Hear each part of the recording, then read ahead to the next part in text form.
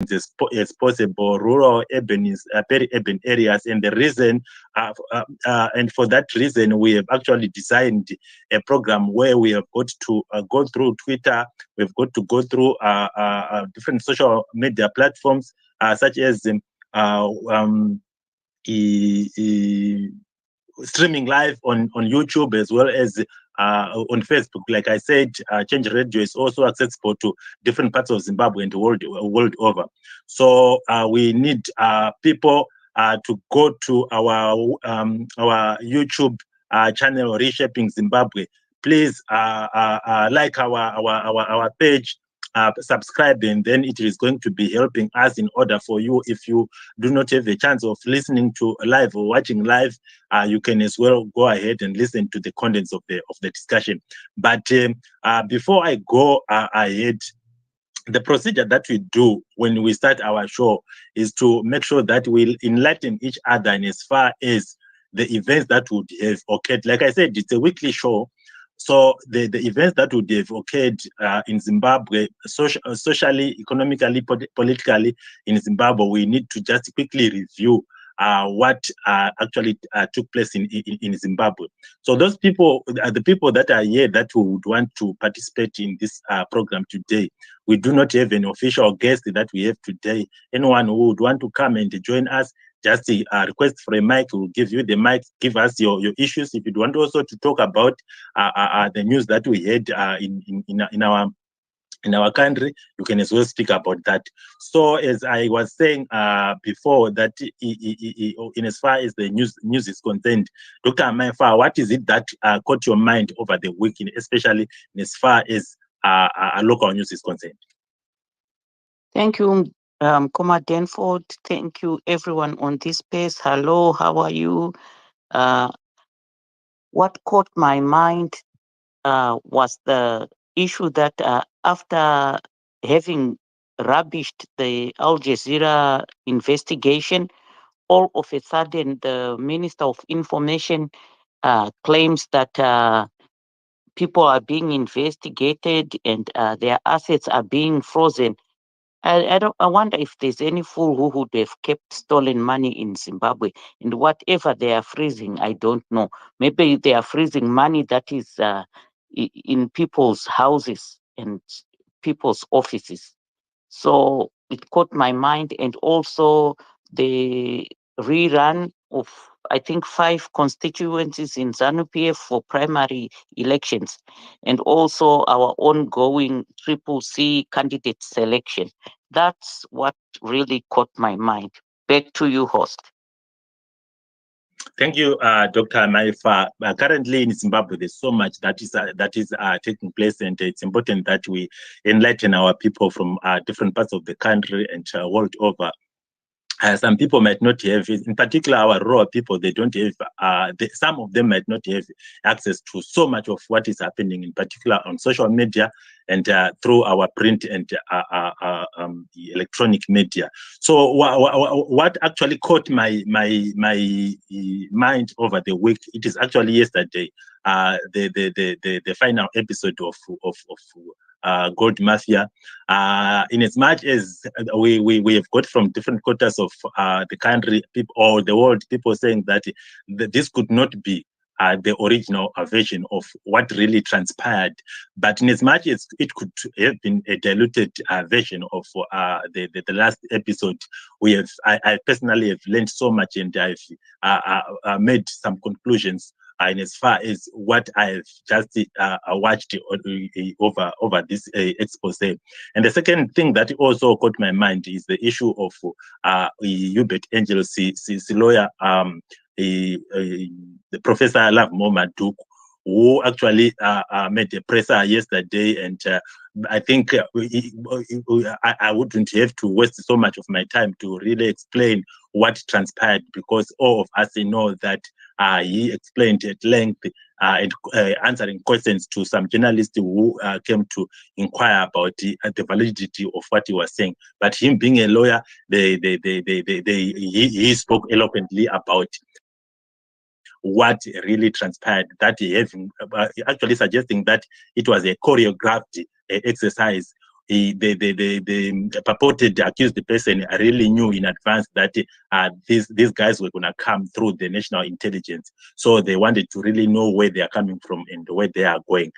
Before I go to the next stage of the review of the past program that we had last week, Dr. Mefa, if you still have anything. And before I come to you, Dr. Mefa, we haven't got any invited guests here. So anyone who is interested, I see Citizen Z is with us. Mkoma MKC is also with us. Taxi driver, thank you for joining us. Professor, you are with us. And Number Daddy is here with us. Those who would want to share their views, please just request the mic, come and let's make a discussion about what Zimbabwe has to do after having covered all these 4 episodes. Dr. Mefa, I want to come to you if you still have anything to share with us in as far as what transpired in Zimbabwe before we go to the next issue here.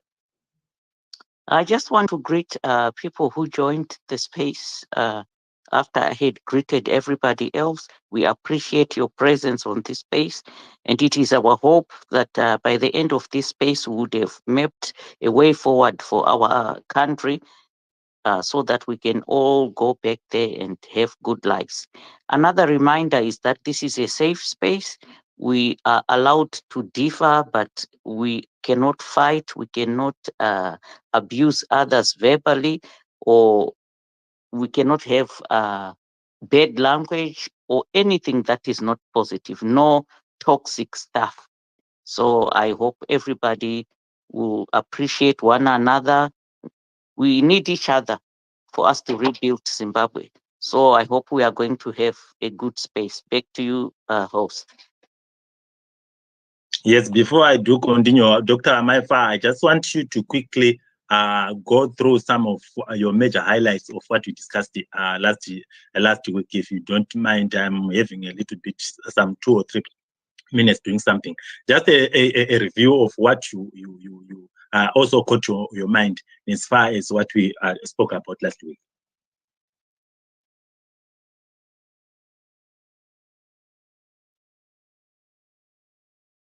Hello. Yes, Dr. Mefa. Yeah, I didn't hear most of what you said. My mic was off. I just heard you say Dr. Maifa. What did you ask me specifically to talk about? So I said this. We have just gone through the introductory stage. We have just gone through the review of the news in Zimbabwe, and we are now going to just speak about some of the highlights of what we were talking about last week. If you've got the top issues that we talked about, can you just go through, please? Okay, a quick reminder of the topic, please. And okay. Let's do it this way. Zimbabwe today, as you are regurgitating of what we were talking about last week, that's no problem. Zimbabwe, we have just gone through. I think it's almost a month or 2 months when we were informed about the expose that was going to be brought about by Al Jazeera's investigative journalists, and they actually realized or highlighted that they were going to be mainly speaking about the issue of money laundering, the issue of the taking out of our natural resources in Zimbabwe, in particular the gold. This is what we expected, and as we were told before, and the preemption that took place before, they actually said that we are going to be having visuals of people being interviewed, and this is what we have seen. Episode 1, episode 2, episode 3, and just yesterday, episode 4. What we have decided to do today is to say, I think everybody who have watched all the episodes have got a recollection of what what actually transpired. We would want to go through the 4 episodes. If anyone would want to just make a recollection of what happened from episode 1, episode 2, episode 3, and episode 4, please come up, speak to us of what you think about what happens. This is the first stage of the program that we are going to be doing today. The next stage that we would want to do is, this is something that Zimbabweans, in as much as we were told by some other investigative journalists before that this is happening, but we didn't know that it will go an extra mile of actually having people being shown on television, making calls, talking about some of the issues that they did during when they are actually taking our resources out of the country visually. We need to also speak about that. And after having spoken about that, then that's when we will say, but are we going to let this thing go like what we also did with some other exposés that happened in Zimbabwe? And remember, in Zimbabwe, this is not the first prominent expose that has just taken place. We have got even some prominent government officials who actually took their lives as a result of having been exposed in different malpractice and corruption in Zimbabwe. And this is now just a history. And can we also make this Al Jazeera expose being a history in Zimbabwe, or as Zimbabweans, we need to do something, and that has got to answer the question, what next in Zimbabwe? What have we got to do now? So, Dr. Amaifa, I would want to, as we wait for people to come up here and give their views of the versions that we had, what is it that you can tell us in as far as the first, second, and third episode of the Al Jazeera expose? Right. I would want to say that everything that came out of those episodes was not really shocking, extremely shocking for me. News in the streets have always been talking about looting, about stealing, starting from even the 15 billion that disappeared from the diamond sale while Mugabe was still there. So it wasn't really shocking, but I was excited to see live evidence, to say, right, here is the evidence, and let the people see for themselves, because some people believe by seeing. So nothing was really surprised. And one thing that caught my mind is some of the people have been known to be fraudsters, and they've always gotten away with their activities, from Zifa to gold, everything. A person is let go, all charges will always be dropped. So I'm like, okay, if Zifa charges were dropped, let's see what's going to happen now. And the government is quiet. So it caught my mind to say, it reminded me of Animal Farm, where we say some animals are more equal than others. They will never get into trouble, no matter what they do. They get away with that. And it's very unfortunate. Now we have the evidence.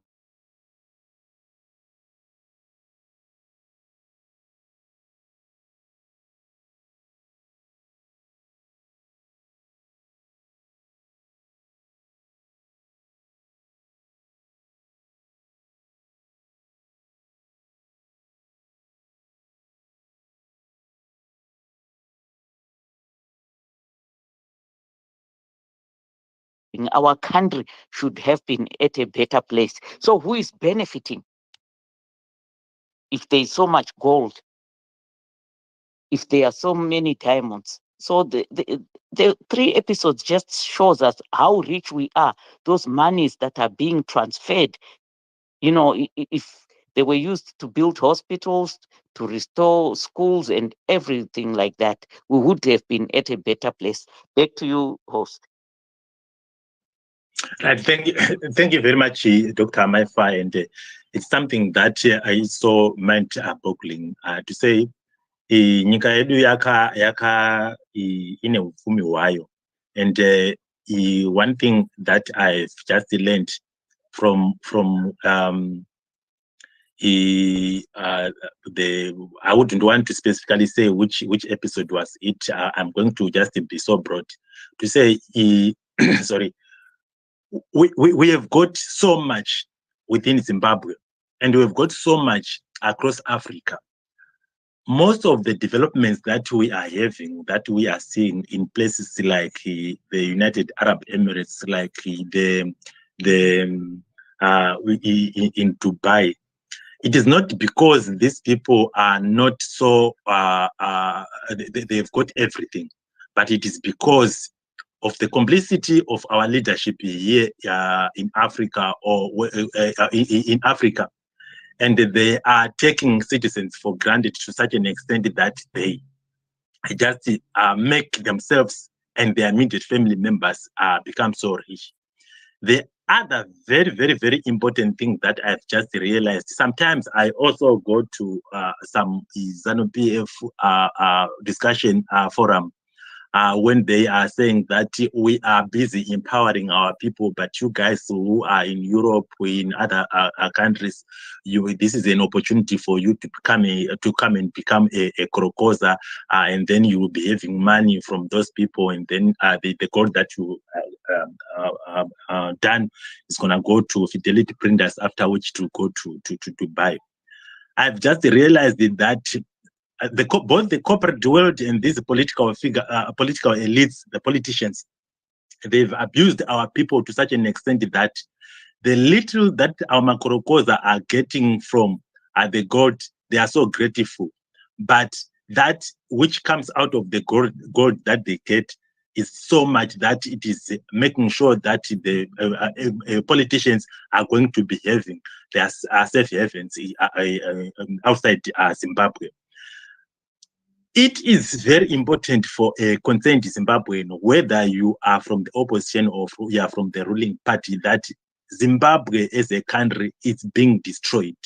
Let's look at our ecosystem, our environment, how it is being so destroyed.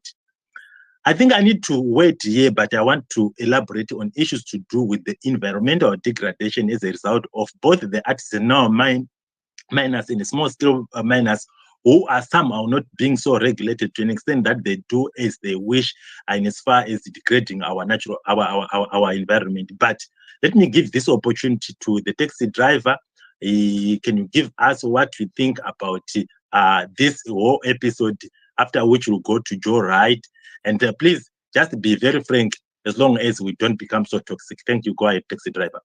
Thank you very much, Mkova Danford and Dr. Farr, for creating what you call a safe space. And I believe it is one, and there is no toxicity. And I think that's one thing that you should be applauded for, and stick to that. I think that's good to allow people from different views to come in and contribute. And I think you get a rich debate. And I will talk about what I saw in the documentary and what I think about what I saw. One, I saw lack of accountability. End to end, there's no accountability from when the gold is mined. You don't even know who is mining it. Why should we hide these things? It's our gold. Let's mine it. But let's know who is mining it, who is buying it, who is selling it, who is transporting this gold. It's ours. It is our footprint. That end-to-end visibility is not there. Why should it go through the back channels? Right? We are saying on one hand we're not leaving no one behind, but we are hiding things from people. I fail to understand how that works or how those two are connected. Are they rogue individuals in a society? They could be, or they are. Actually, we heard some saying openly, point blank, I will not hide here. Hubert Angel saying, I can facilitate this deal, we can do short deals. Well, you've been appointed on an official role. Why do you need to go through the back channels? Why? What are you trying to hide? And I stand by my word. I think he should resign or he should be fired. And I will be consistent that even though yesterday I was ridiculed, the silence is deafening. You can't have an ambassador of a nation, right, speaking on whether a hidden camera or in his toilet, right? An ambassadorial role does not start and end. It's a lifetime role. Once you accept it, you're being presented as an ambassador, because what you do even after your term has an impact to that nation. We will always look to say, Ubedenjo at some point was our ambassador, and then Nasabadwachi, Achirova, Papawa, kana pa church, would then say, this guy was our ambassador and he's doing this thing. There is a dent to our nation. So for that, I think he should just go. Another issue that I want to raise, and this is the last one, the issue around security at our airport. I think that is fundamental to this whole thing.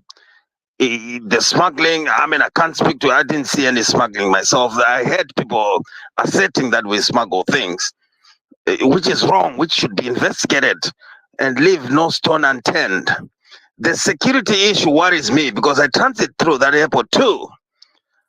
God knows what Mr. Chidodo can look away and someone puts, I'm going to go extreme here, puts a bomb in a plane that I'm traveling with. It's of a concern even to a staunch ZANU-PF supporter, even to an MDC supporter, even to a neutral should be screaming if you transit through that airport, because you're being exposed. Because if I instruct somebody to look away when my job is actually to look, and I'm saying, look away, let these things pass, God knows what else can pass through that. You are our last line of defense. We surrender our lives when we go through the security checks, right? You kind of surrender. There is an element of surrendering yourself and leaving everything else to the pilot and also to the security that they're going to execute their roles with diligence without any compromise. But if you're seeing people compromising, going on open camera and saying, I will tell my guy to look away. It's not your guy. Your relationship with that guy should not be my guy. It's not the guy relationship here. It's a professional relationship. It's a security relationship.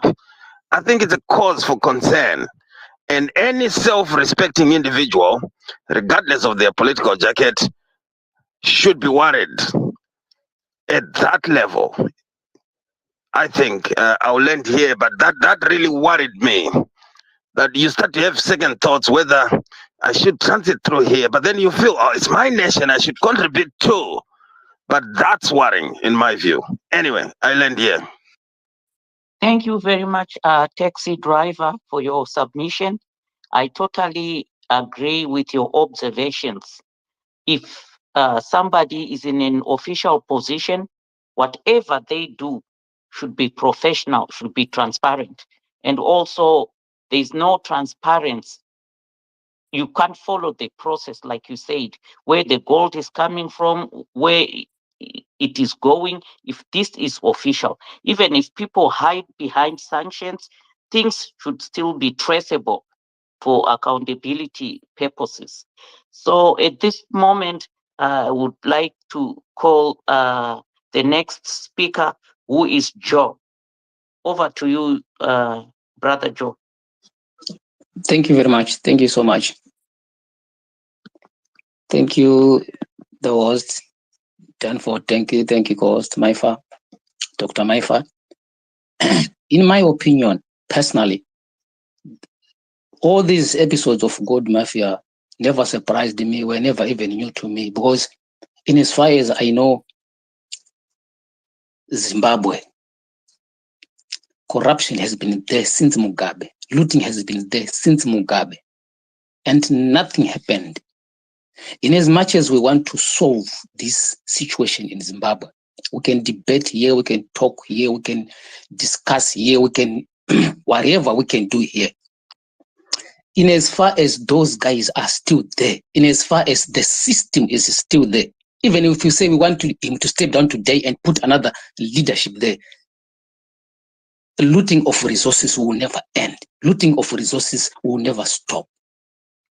I think what we have to do, I don't know how we will do it. I don't know how we will, I don't even know, but the first thing the first thing is our laws should be updated. Our laws should be amended. The Constitution of Zimbabwe gives those guys excessive power to do anything, to control anything. They are super immune to anything. Those guys, they kill, believe me or not. Those guys, they intimidate people. Some of the people you see are supporting those that ZANU-PF part, not because they want. Those people intimidate and those people kill. Why? Because they have more than enough power bestowed to them by the Constitution. So in as much as we want to solve this, if the Constitution is amended, if the Constitution is updated, and the power is given to the parliament for a majority rule, we can start to solve issues in Zimbabwe, not as it is right now. We can just change heads, we can just change people, just change leaders. In as far as the system still remains the same, it will never solve anything as far as Zimbabwe is concerned. Look at it right now, the Constitution itself. Look at a qualification for a person to become a member. We don't have a qualification for a particular person to become a member of parliament. You cannot say a constitution says you only need to be a citizen, a registered citizen of Zimbabwe, a registered voter, and being a citizen, you qualify to be a member of parliament. And we end up having people making jokes in the parliament. He doesn't even know how to make a law. That's why we are lawless in Zimbabwe. Those we think are supposed to make laws for us in the parliament or to advocate for citizens in the parliament, they don't even know what is a law. Look, let's take Henrietta Tshwaya. How many cases does she have under her belt? We have won the Zifa issue, to the 100,000 issue for Zifa. She took a team of football to Asia and purport as if it's a Zimbabwe national team. She's money. The 6 kg scandal at airport. What happened? The same government gave her again a certain organization of the government to lead with those criminal records, with the criminality element of her. She's there to lead again another Zimbabwe important organization that deals with gold. Look at this guy of 5 million. What happened? He was arrested and he even himself was guilty. He quickly ran and took his cars out to South Africa, and they were held by airport. He was guilty himself. He even said, "I'm guilty here. So what can I do? I'm arrested. Let me try to remove my property out of Zimbabwe," because he knew he was wrong. But where is he? What happened to him? So in as far as the president of the country cannot solve this, what does it tell? He's involved into it. How do we solve this? We can remove him today and he can even step down. But what will happen to the next person who comes up? As long as the laws are not changed or amended for the benefit of the generations. One thing that we have to know is we don't have leaders in Zimbabwe who are so worried about the future of generations. No, we have politicians. And a politician is only worried about the next election. How is he going to win the next election? In the episode, this ambassador, just imagine how much he brags, even in his church when he's preaching, how much he brags about being an ambassador and how much he brags about dealing. He even pointed out that the government, Mnangagwa, have 240 million for his elections. For his elections, not 200 million for Zimbabwe, no, 200 million for elections, not for hospitals, not for the development of the country, not for anything, but for elections. Therefore, they are not leaders, they are politicians. They are there to just win the elections. After winning, they loot. So in as far as we want to talk, discuss whatever we do, whatever we say, I don't know how are we going to do or to make a solution to deal with this, but my thinking is the first port of call is legislation should be amended, legislation should be updated so that we have power into the parliament, not to an individual, not to a few number of people. What happened there is just a matter of, it was just a matter of tens. Mugabe, you took your 10, you looted and everything. They knew and they helped him looting. So it's now our 10. That's why you saw they were fighting over that, and they ended up that coup because they knew they were not going to take the power because of the G4 which formed there. So in order to take the power, they had to form that thing. You know how he was chased away from his own people, but they 10 now because they are 10. Their discussions before was Mugabe to him, from him to Chiwenga. That was how they discussed before, and that's how it's supposed to go. Now look at what the family is doing. They're going to sit outside on state deals. Who is she? Just the wife of a president, but she's taking the country with her to go and make deals out there with her kids. It's now a family. This country is now being run like a household, like a family. He's the father, and he do anything that he wants with the country, and he was sitting. So in as much as we want to help the country, in as much as we want our country to go ahead, in as much as our country to prosper and consider the new generations into the system and bestow everything, we need to change the laws, guys.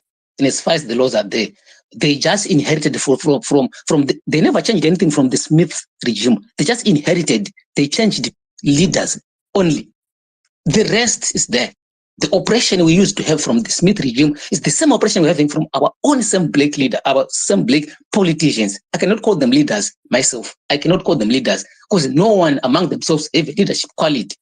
You can't have Chinotimba in a parliament, they start to laugh, making jokes. Instead of helping people, instead of making the laws, we can't. But those guys are immune. Even if you had that spokesperson was trying to threaten people that whoever wants to talk about this, you will see it. They have the power to threaten people and arrest them. Look at Wiwa. What crime did he commit? They have access power. They do what they want. And as much as we talk, we discuss, we do anything, we don't win anything. They just laugh at us because they have the constitution with them. Thank you very much. Thank you very much, Goma Joe. Thank you very much. Before I speak of our next speaker here, I just wanted to implore the taxi driver to, if you have got time, just be with our speakers there. I've got some follow-up questions to your submissions earlier on. I just wanted to delve a little bit on Nkoma Josi submission when he said that our laws still have to be revamped because the laws that we are using are colonial laws, and some of our representatives in parliament do not reflect what is supposed to be a true Zimbabwe because of their lack of understanding of how the law should work. But at one moment, I asked myself to say, I remember in 2013, Zimbabwe actually adopted a new constitution, and that new constitution was all inclusive. People from the civil society, people from the then movement for democratic change, and generally speaking, Zimbabweans agreed that this is the constitution that would take Zimbabwe elsewhere. When we look about how our constitution is described, you would really tell that Zimbabwe has got one of the best constitutions. But my thoughts, this is just my general view, that in as much as we have got the laws that are put in on paper, but if there's no will from those people who are leading us, it is going to be very difficult. Just think of our Electoral Act, where it gives powers to the people to say we are supposed to be having access to an ordinary person, not a political representative, to access the voters' roll.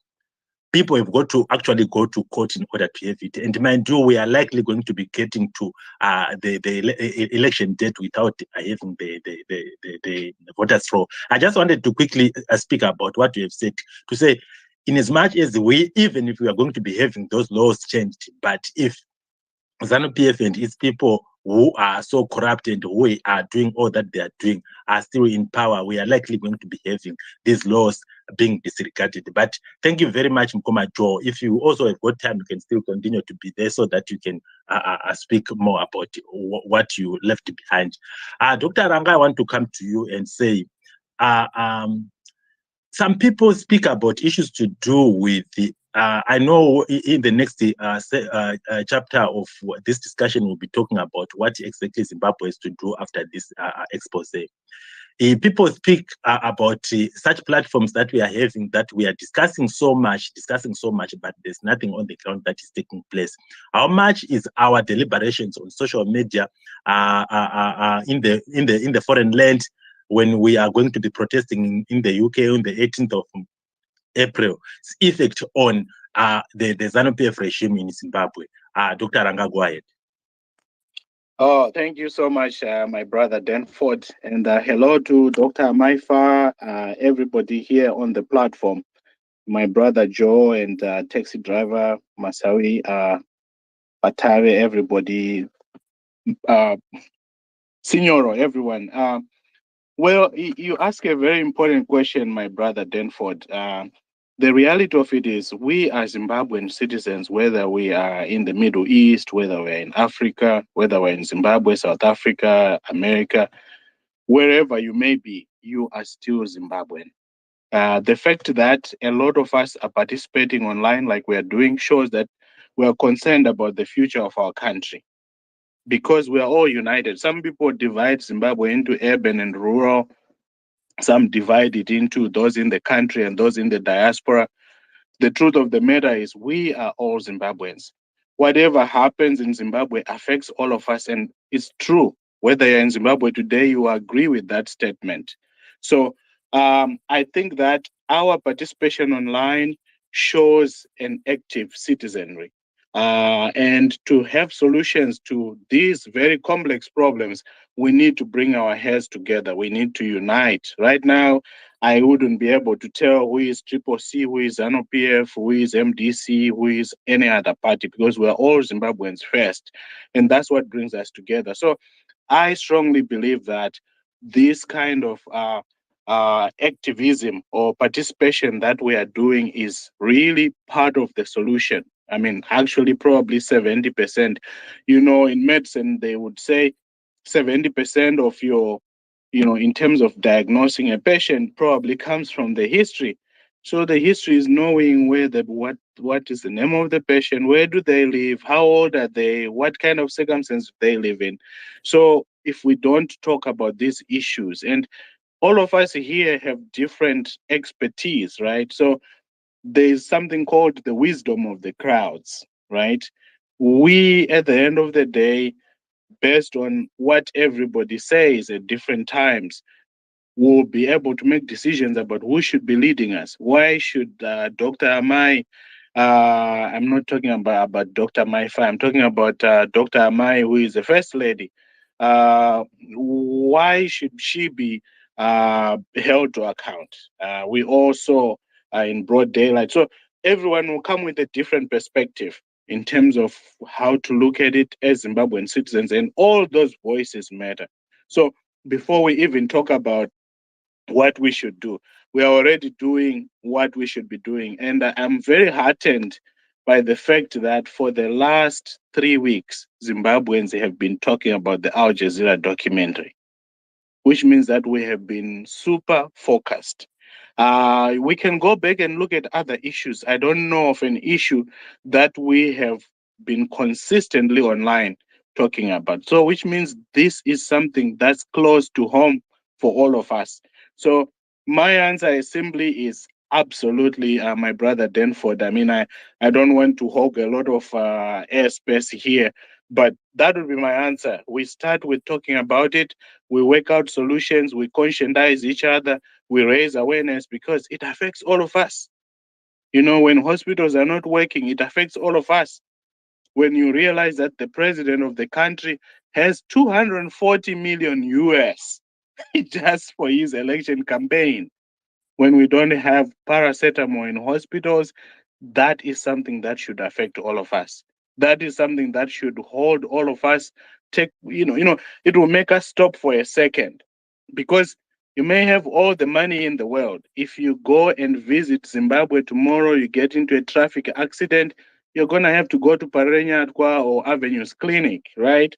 So if those hospitals are not properly equipped, you may lose your life, not because you don't have the money, but the hospitals are not functioning properly. So that's why it's very important for all of us to be focused as we are. And we can talk more about how online can change things.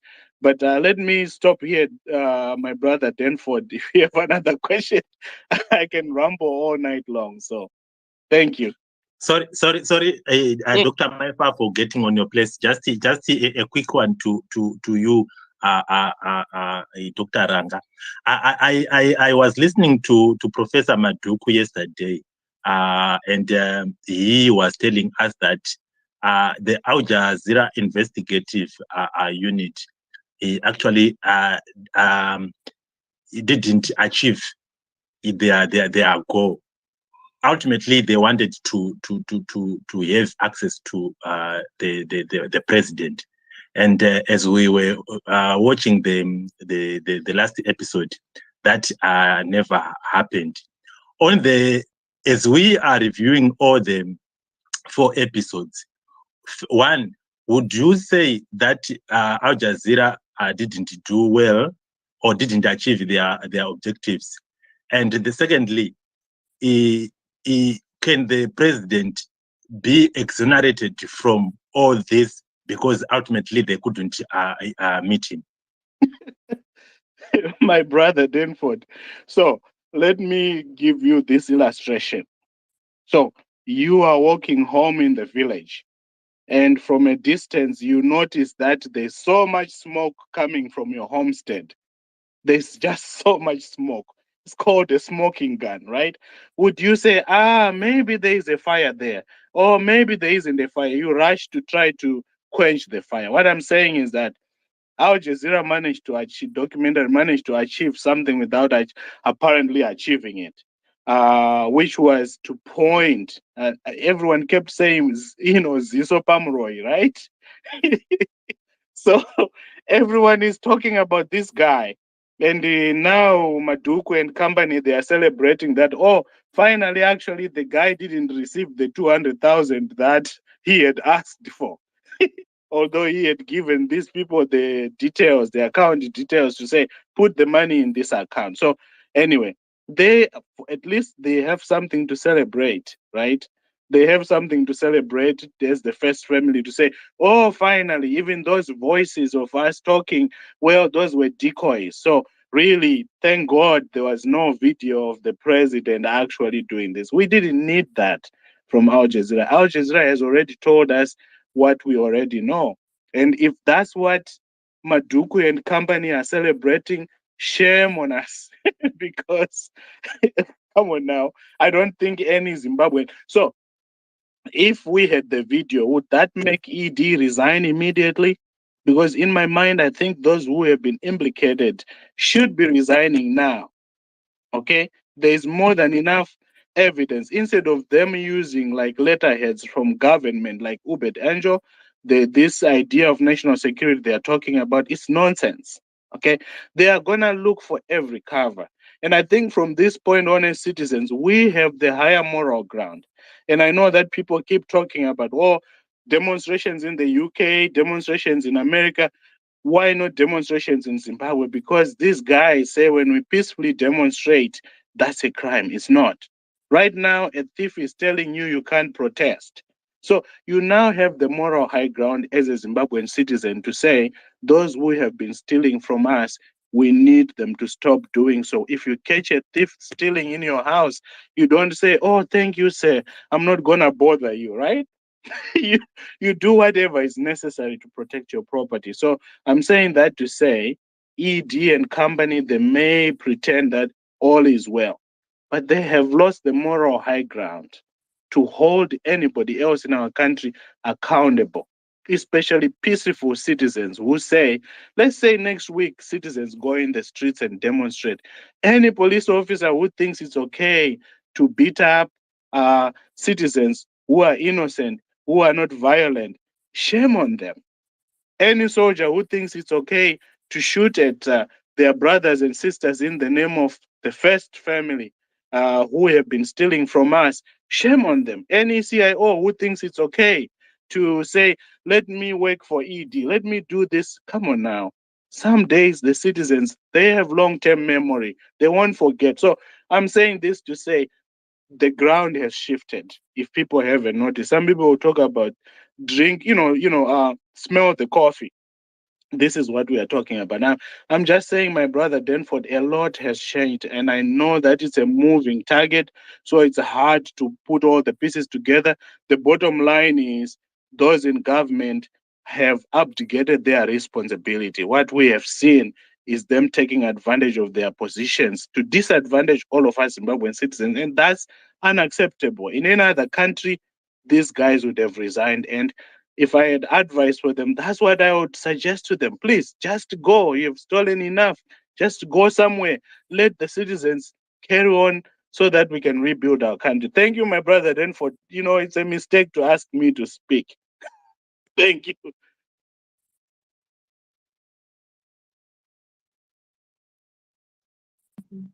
My doctor there, you can go ahead. Thank you, Dr. Ranga, for your submission. Indeed, making every citizen aware of the situation is everyone's duty. Let's educate our families, our relatives, our communities about what is going on so that it's corrected. But I don't know how long we have to be making people aware. I think it's time something shifted, and I'm not too sure of how we can quickly solve this. So as we give our submissions, let's find possible solutions to the crisis that we are all facing as Zimbabweans. Like Mkoma Denford has said in response to Joe, we can change the constitution all we want, but if people are not going to adhere to it right now, it's being torn apart left, right, and center. Nothing is being observed there. Human rights are being abused, and everything is just there's no constitution that's going to make people corrupt. It speaks against it, but who cares? To them, it's just a piece of paper somewhere. So let's find action to solve this. At this moment, I think our next speaker is MKCM. Over to you. Good afternoon, co-host. Good afternoon, host. Thank you for giving me the chance. I've only got two points to contribute. I want to say proper governance of a nation is done by upholding the constitution of the nation. That is proper governance.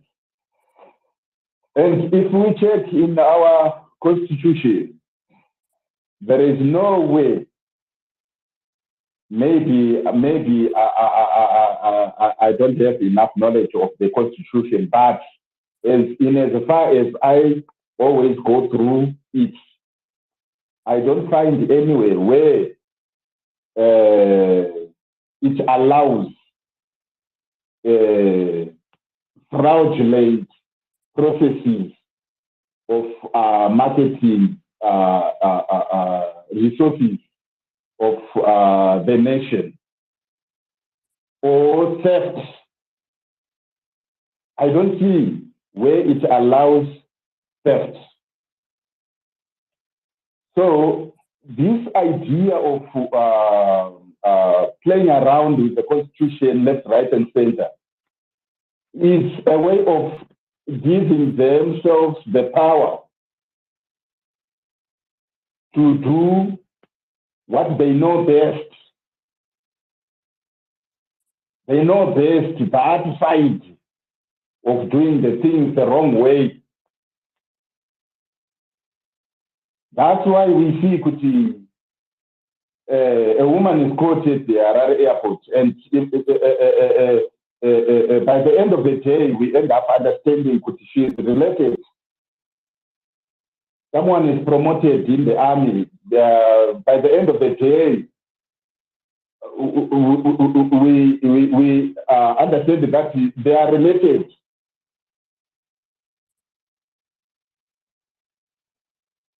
Kuti munhu ave ari pamusoro achitonga, haasi kutonga zvemhuri yake iye yemumba make, aiwa ari kutonga zvenyika.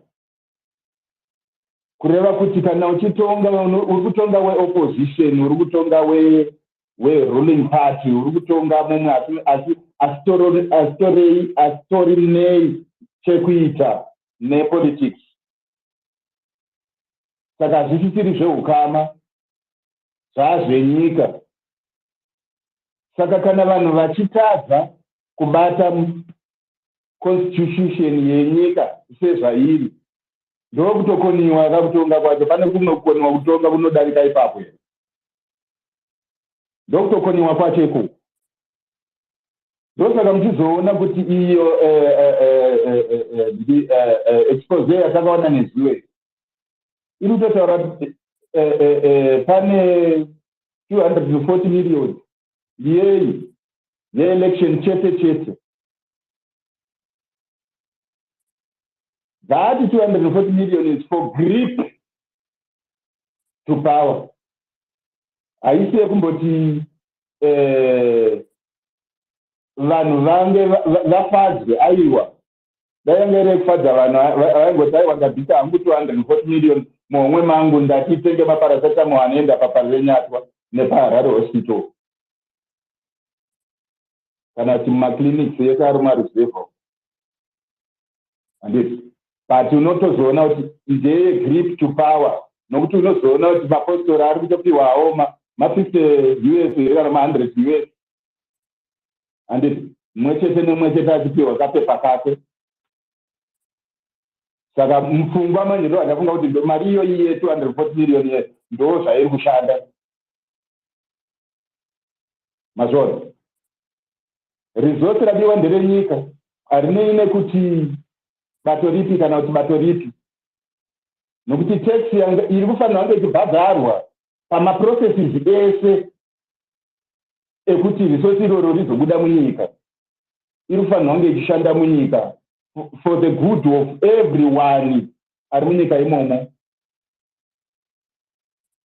But we end up dividing ourselves kuti mostly vanhu vari alienated to opposition ndo vanhu vari kutoti no, this is not good. Vari ZANU-PF, they have preferred to keep quiet and defend the looting. Mazvona ndo vandati inini saka apapa zviri kurevei. Ndo vandaona kuti simba riri pamusoro vese kubvira anoteera pacho ipapo panumber 2 pacho ipapo kusvikira ari kusero kwavo anotya simba iroro, ende haatomboti bufu kana paiti kuita inonzi constructive criticism hachisi chinhu chakashata. Chinhu chinongoita chete kuti zvioneke kuti apa paposwa, kureva kuti nyangwe munhu weZANU-PF pari zvine munhu anofanira kunge achitotaurawo kuti apa zvinhu hazvina kumira zvakanaka. But by the end of the day topedzera takutoona kuti mumwe munhu ari so managed zvokuti anotokwanisa kutomiririrawo vamwe mumatare, anotozivawo chaizvo nezvemitemo, anotanga kutaura kuti kuita kunge kuti expose iyo iri kubvira paepisode 1 kusvikira paepisode 4 zvangofanana nemakatuni ekufadza vana. Pakuona kwake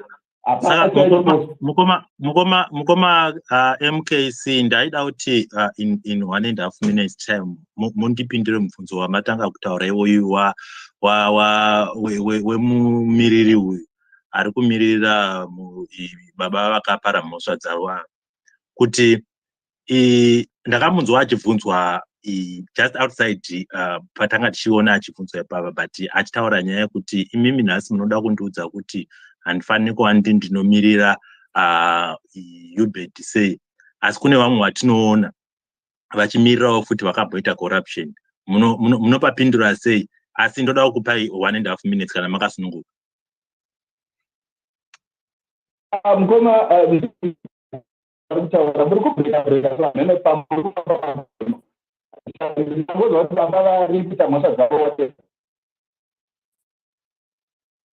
hello. So I think I don't know. Dr. Maifa, can you hear me? Dr. Maifa? Yes, clearly. Okay. So Mkoma KFC, can you now hear me? Yeah, I think the problem could be. I think the problem could be on your side. Let's. He's breaking. Right,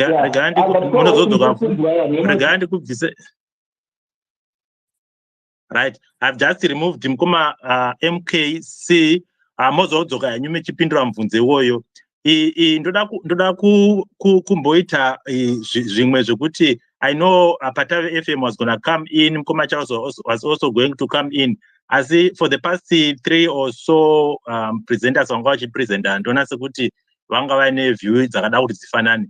Panapa tina Jeff atinaye. Toda kuti ndimubvunze mubvunzo wekuti Jeff takaona nezuro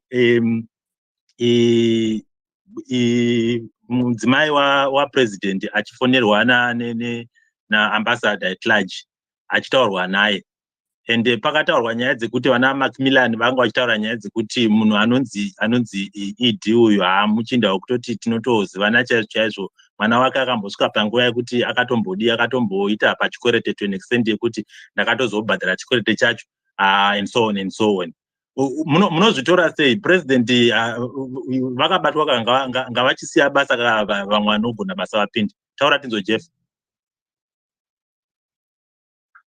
Right, fellow Zimbabweans, muri sei kwese kwamuri ikoko.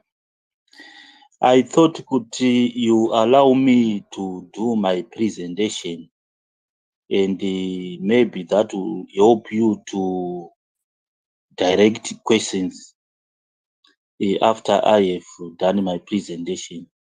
I wasn't expecting you to ask me a question right away, like everybody else who was here. Okay, go ahead. Just go. Can you just do it your own way, as long as we do not have to degenerate. Just go ahead. Thank you very much. Okay, right.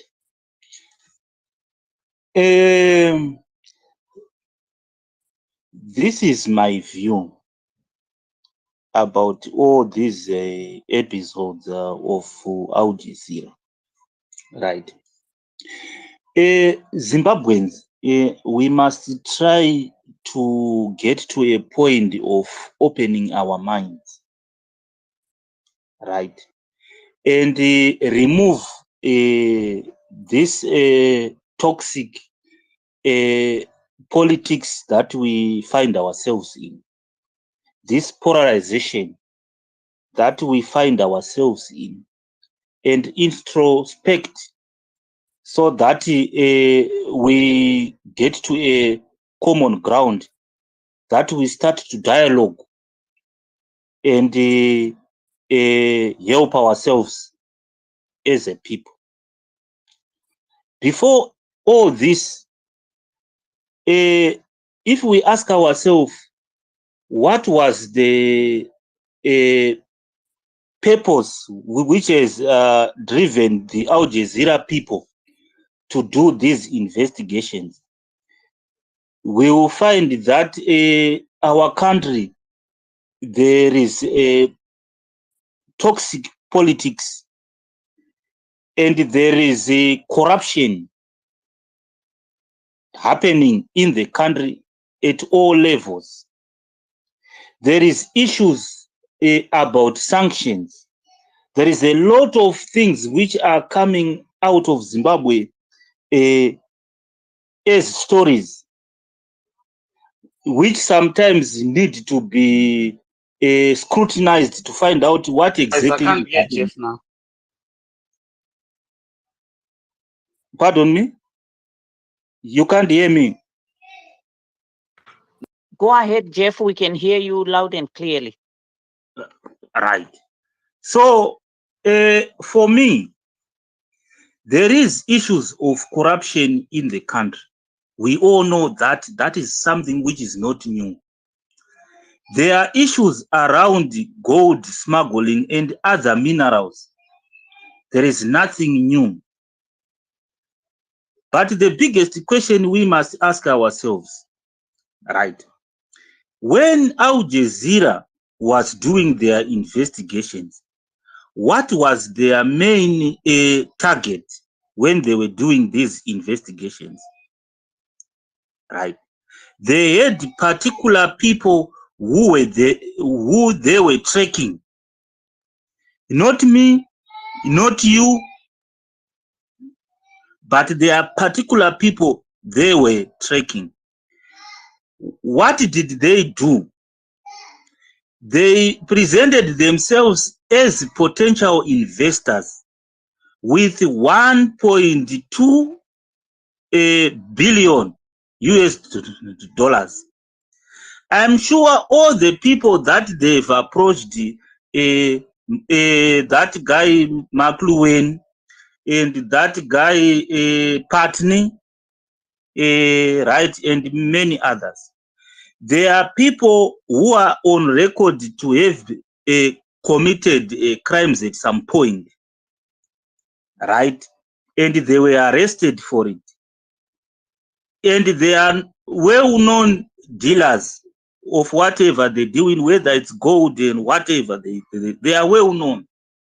So if somebody has got 1.2 billion or 1.5 billion, they claim that they have in their hand, and they approached such a person with the intention of linking him and directing their questions in line of targeting somebody. In this case, the head of state, right? Those people, they will try to impress that person some way, somehow, that they are the best candidate to do business with. That's why you found McLuhan ended up displaying his racist tendencies just to appear the best candidate to get this deal moving. Even that partner guy, because he was asked about the connection that he can have in the country, he started telling those journalists that he is connected to the whole African leaders, this and this, to market himself to become the best candidate to participate in the deal which was offered. In this case, I'm telling you, these people, they've non-well criminal records, and they were lured by 1.5 billion or 1.2 billion. And so they wanted can you prepare to lend Jeff, so that you have got a number of people who are on the line? Thank you. Right. That was their main target, to connect the dots up to the president. That was their main agenda. That's why some of you are trying to ask us, why is it Hubert phoned the first lady? Right? Whether the issue was discussed or not, but they replied that whether the lady who was on the other end of the call was the first lady or not, let us just listen to the response that the lady responded to your question, Jenford. Him, Hubert, when he was talking to that lady, he seems to have been inquiring about the position of the president. And he was told that you must come and present your story, which does not mean they have agreed. And by him saying, no, musazonti sumudzira mhepo, it's a clear indication that whatever his intention was not agreed upon. You see, even Patni, even Patni and McLuhan, look, let me land. Even McLuhan and Patni, they tried so hard to market themselves that they are linked to the president for them to get a piece of a pie of a 1.2 or 1.5 billion. But the main agenda of the journalists was to get in the face of the president, which clearly shows there is no connection whatsoever to the head of state. On the line of what the Al Jazeera people were insinuating was happening or was expecting is happening. Then we come to the issue of gold. No, Jeff. I think we don't want to mute you. But thank you. I think I've given you more enough time to speak. Let's have our next speaker. Actually, Dr. Maifa, back to you. Thank you very much, Mkoma Jeff, for your submission, which exonerates the president, and I hope your conscience one day will awaken to the truth. Thank you very much. At this time, our next speaker is Patave FM. Thank you very much, host. Thank you very much, co-host, for giving me the chance to speak. I'm looking at the theme, what's next for Zimbabwe. I'm not really interested in the finer details of the Al Jazeera expose per se, but I would want us to reflect a bit as a people, as a nation, as a country on the issue at hand. And as we can also see, all of us, we are in a very difficult situation as a country. And it has to do with our mineral resources, the wealth of our country, leaving the shores of our country, and just a few individual, well-connected people benefiting out of that. When we reflect on the on ZANU-PF's mantra, they want us to remind us at each and every point that they went to war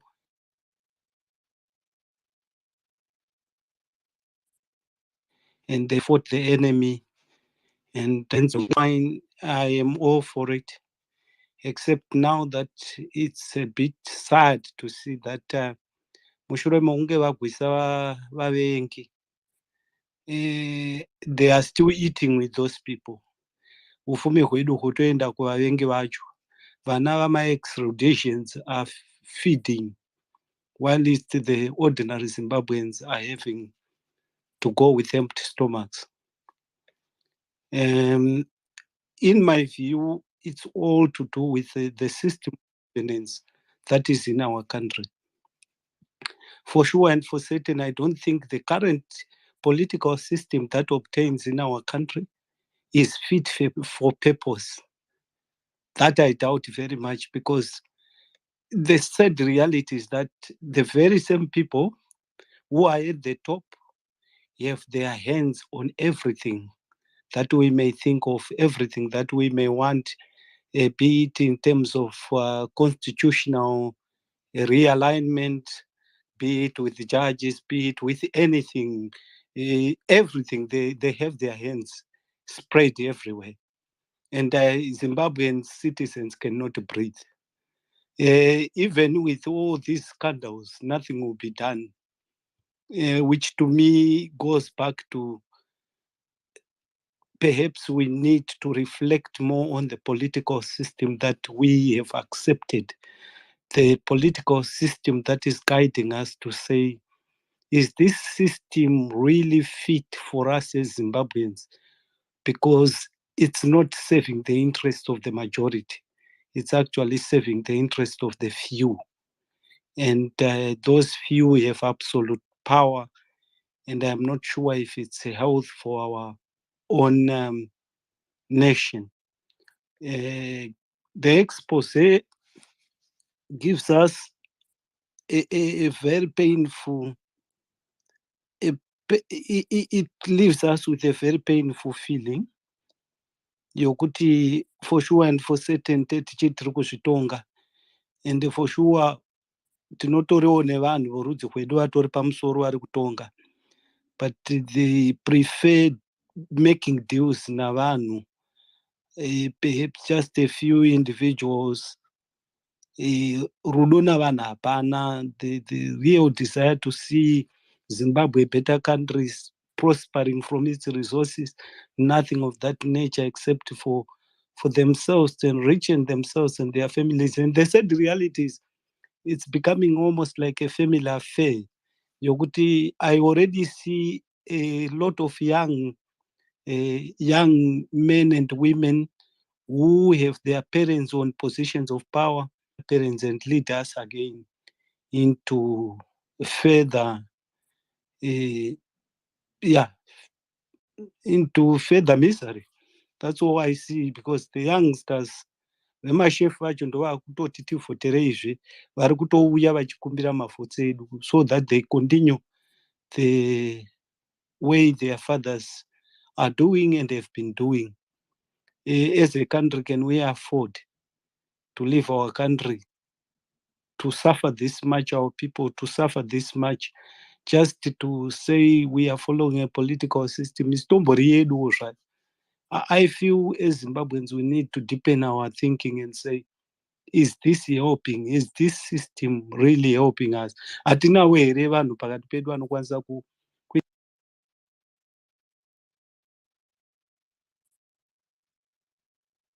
come up with a system that is, and until we deal with the political system that's leading us.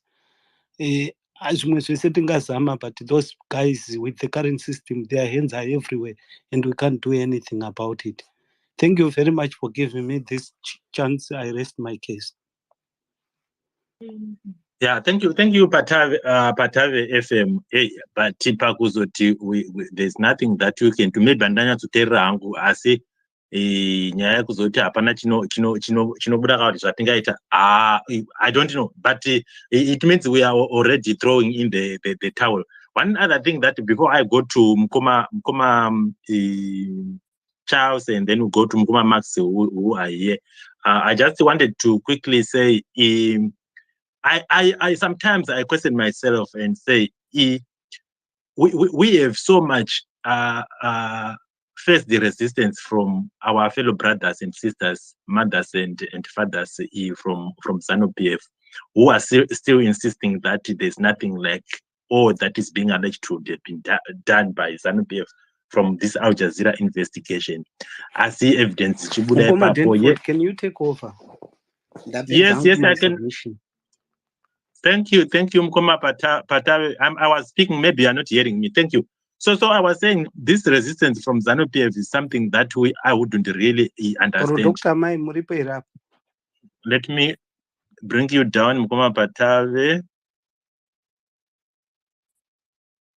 Right. So I was saying it's very difficult to really understand. It could be some of these guys from ZANU-PF who are getting a little bit, but that little bit, I don't think it's enough to sustain themselves and their families to such an extent that they can sacrifice their country to be auctioned like this. I would have wanted a situation in which on the 18th of April, when Zimbabweans are going to be gathering in the United Kingdom to do a protest against all these things, to have the likes of Jeff, the likes of Mark, my sister here, the likes of Padares and so on, who are in the United Kingdom, to really say this is solidarity of ordinary Zimbabweans and not from Triple C, from Dagi, from Maduku or from Chapman. but all Zimbabweans, they had to come together. But unfortunately, yes, that's their view. We need to continue speaking about this. Maybe at one moment or another, they will really understand that at one moment, Zimbabwe is going to be freed from these mafias who are draining our resources. But Mkoma Charles, go ahead, after which we'll hear from Mkoma Max. Oh, thank you very much, Danford, Dr. Maifa, all speakers and all listeners. Yeah, I want to say a little bit about the documentary, and then a little bit about Madruku's comments.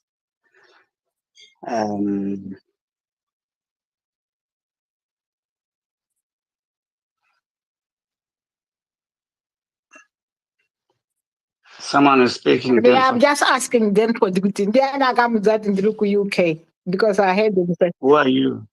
Drigo Zimbabwe, of course. I mean, what's your name on the space? Mag. Is that correct? Yeah. I heard somebody No, with so Drigo UK. no, he was Anyway, just giving listen. examples. You want Excuse me to... me. Excuse me. Can we have order? Can we have order, please? Thank you This very is much, a Dr. safe Maifa. space, and please, back to you, host. Otherwise, I'll Yes, say thank you. Let me undo this. I thought we were going to be having an orderly program here, but I've just removed the Amag from the speakers. I thought this is a safe space where we are supposed to be accommodating anyone from different political backgrounds. When I was speaking about issues to do with the demonstrations that are taking place in the United Kingdom, I didn't say the people that I'm mentioning are resident in the United Kingdom. By the way, we've got people who are actually going to be coming from different parts of the world to be in solidarity with our fellow citizens demonstrating in the United Kingdom. So when I mentioned your name, I was only giving it as an example and not necessarily meaning that you are in the United Kingdom. And not necessarily that you are supposed to be part of the demonstrations. So I think we need to get that straight. So I think Mkoma Charles, if you are hearing me, please you can go ahead and then we'll go to Mkoma Max. Thank you very much, Danford. So yeah, so sometimes I just feel like getting into the heads of our sisters and brothers from ZANU-PF to see how exactly they operate, because we keep hearing things that conflict.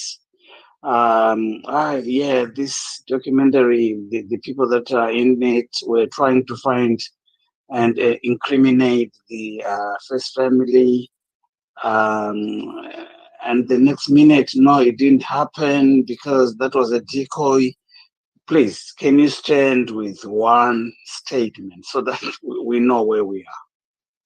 This is as clear as anything that the first family is in this documentary. Never mind, you try to deny it anyway. So I want to go to Madruku and probably touch a little bit on the question that you asked about lawyers representing criminals and all those kind of things. Madruku, if you guys listen to him attentively, he kept saying, this is not a statement that is coming from me. I'm reading a statement from my client. But at some point, he seemed like he was saying this never happened. It seemed like it was now coming from him that this is all hogwash, not him giving a statement from his client. So it was a little bit confusing. and to be expected anyway, because the evidence is very clear to see. And to even come out and say my client and everyone who was involved in this were just playing up because we knew these people were criminals. So we were playing up so that we let them get as far as they wanted to get.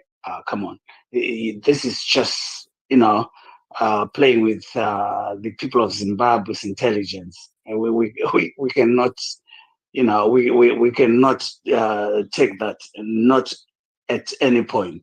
We cannot take that. The highest office in the land is incriminated in as far as this documentary is concerned. It's neither here or there. They are all in there.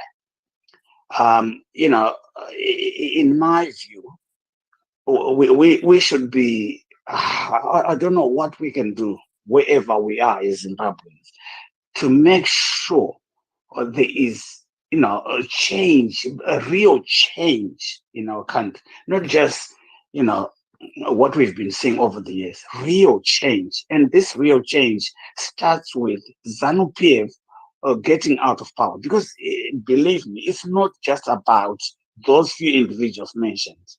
It's about, like you can see here, some of them are defending the indefensible. So it is the whole system that really needs to go, and we build the country from scratch. Talking about the lawyers representing people that are being criminals. Well, what I can say is it is morally wrong, but I don't think it's illegal to do that. He's a lawyer, he can do that. But morally, it's something that, maybe a lot of people are going to judge him in a very bad way. Thank you very much for giving me the opportunity. Thank you very much, Comrade Charles, for your submission. Indeed, we need change in Zimbabwe. That's the only thing that can set Zimbabwe free. At this time, let me remind everybody that we have a lot of people who want to give their submissions. So if we could please kindly stick to the 3 minutes, and then if we still have time, we'll be coming back to people. Let me move on to Mkoma Max at this time. Go ahead, Mkoma Max. Thank you very much, Chain Champion, Dr. Maifa, my brother Denford there, another Chain Champion, to all the Chain Champions in the space, and my fellow countrymen and women. How are you all? I just want to say that I have learned a lot in the 4 episodes, and I think it's something that as Zimbabweans, we need a culture of change within us. We need to know that our leaders must learn to hold them responsible. They are there in power because of us. We are the ones who give them that power. So we also have got the mandate to take the power away from them. So there's a lot that we can do as Zimbabweans. And I think we need to change this mentality of hero worshipping. When somebody is in leadership, so people must learn to criticize them and also to always hold them to account. Especially with my brother Jeff there, I'll go back to the documentary and then I see my Mkabi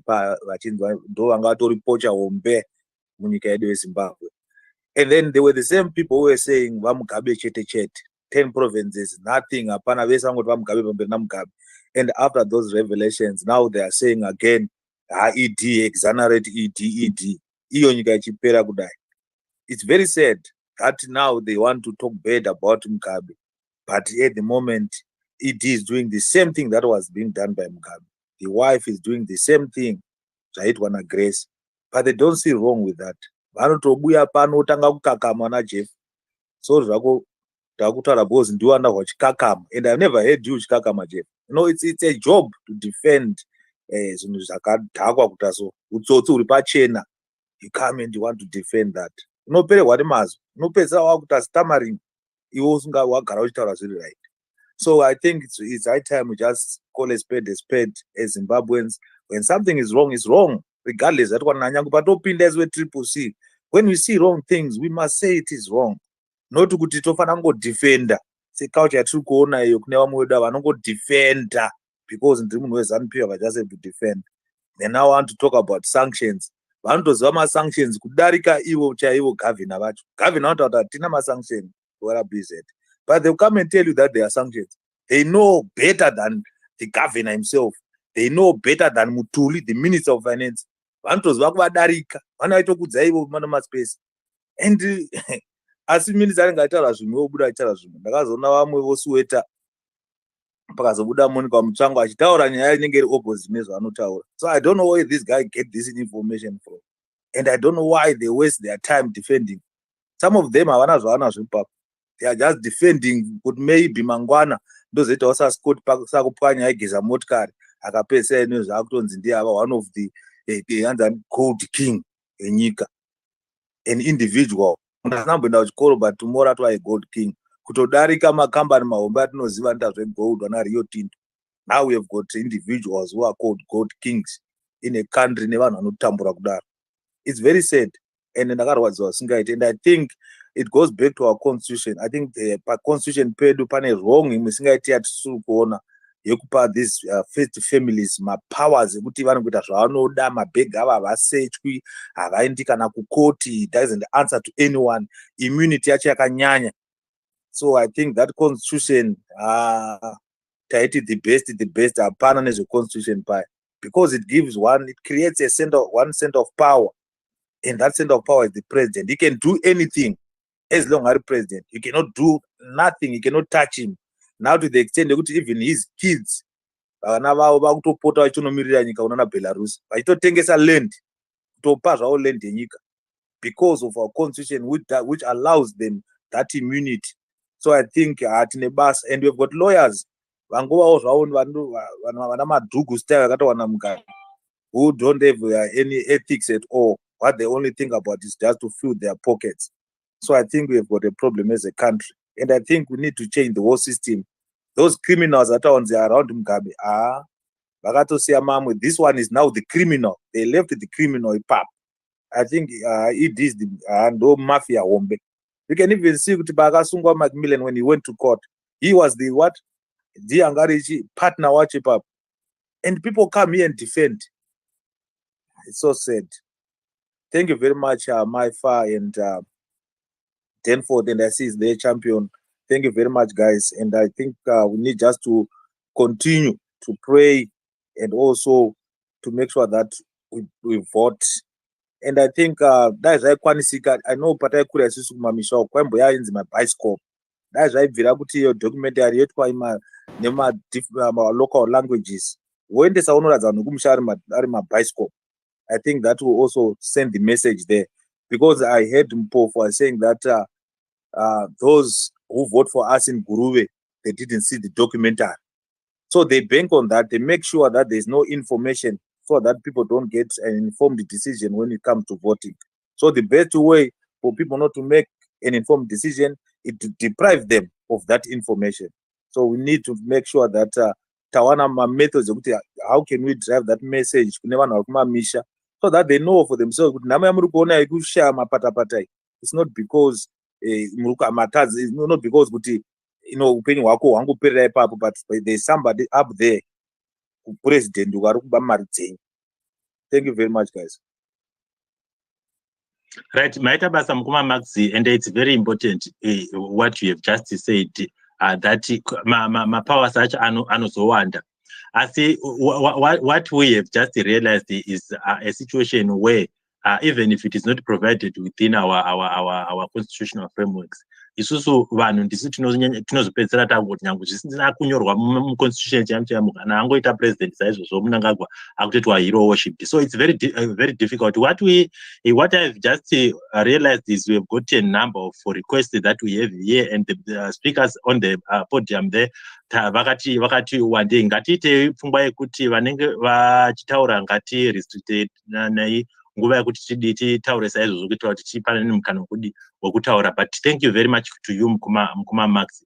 I want also to quickly go to Mukuma KK. I'll give you your 3 minutes. Please be confined to your 3 minutes. Then Dr. Maifa, Mkoma Champion will tell us our next speakers. Thank you.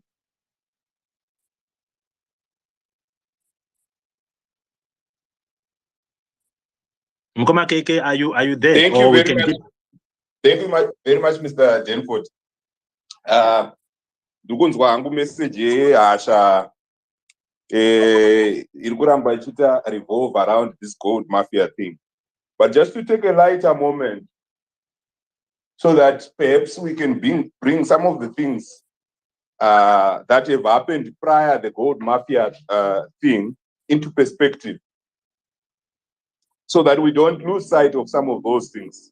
So I want to draw your attention and draw everyone's attention to the fact that we have never recorded as much gold we are now mining in Zimbabwe, even before independence. So we have some of the highest records of gold production in Zimbabwe as we are speaking right now. Yeah, sorry, Now, KK, that's one thing. sorry, I think KK, Mkoma Champion, is it me only who is having problem? Yeah, it's breaking. Yeah, he's breaking up. Yeah, You can't hear me. Yes, we can hardly hear you, KK. Mkoma Champion, who is going to be our next person while KK is sorting out his network. Right. Thank you, host. Thank you, Dr. Maifa. And thank you, the speakers. I think what we have to do here, we are going to have Brothers Matters. We are going to have Lutricia and Joe Wright. I think then Babampari were there. Thank you. Thank you, Champion. Brother Denford, Dr. Maifa, speakers, and everyone who's on the platform. Thanks so much, guys, for opening this space. I just came up here because I wanted to agree with my brother Max there. I think especially the question to do with the Constitution. Yes, our Constitution in terms of what it sought to achieve. If you go back to 2013 and where we were coming from, it was a huge improvement. But now when we look at it in hindsight and all the amendments that have been made and done by the ZANU-PF, the regime, you will notice that we are only left with a shell of the 2013 constitution, which is my point, which is the point that I want to agree with Kuma Marx today. I don't think we have the best constitution. One, because of the point that he mentioned, with regards to the power. Say we have a constitution that gives power and centralizes that power to the executive. So you find that the executive is more powerful, even to the point of capturing everyone, because you find that the judiciary, the parliament, like if you look at the constitution, those people, most of them are appointed by the executive, and they work and serve at the pleasure of that executive. So it will be folly and it will be foolish to ask the Speaker of Parliament to hold the executive, to account, or to ask the judiciary in the form of Malaba to say, hey, can you call Mnangagwa to order? When the same Mnangagwa came to his rescue last year and extended his tenure, when the same Mnangagwa, make sure that he approves whatever loans, freebies, to the same judiciary.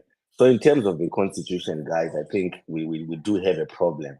That same constitution cannot force ZEC to release a real-time voters roll, for instance. We will still rely on electoral laws. There is a gap between our electoral laws and what is in the constitution.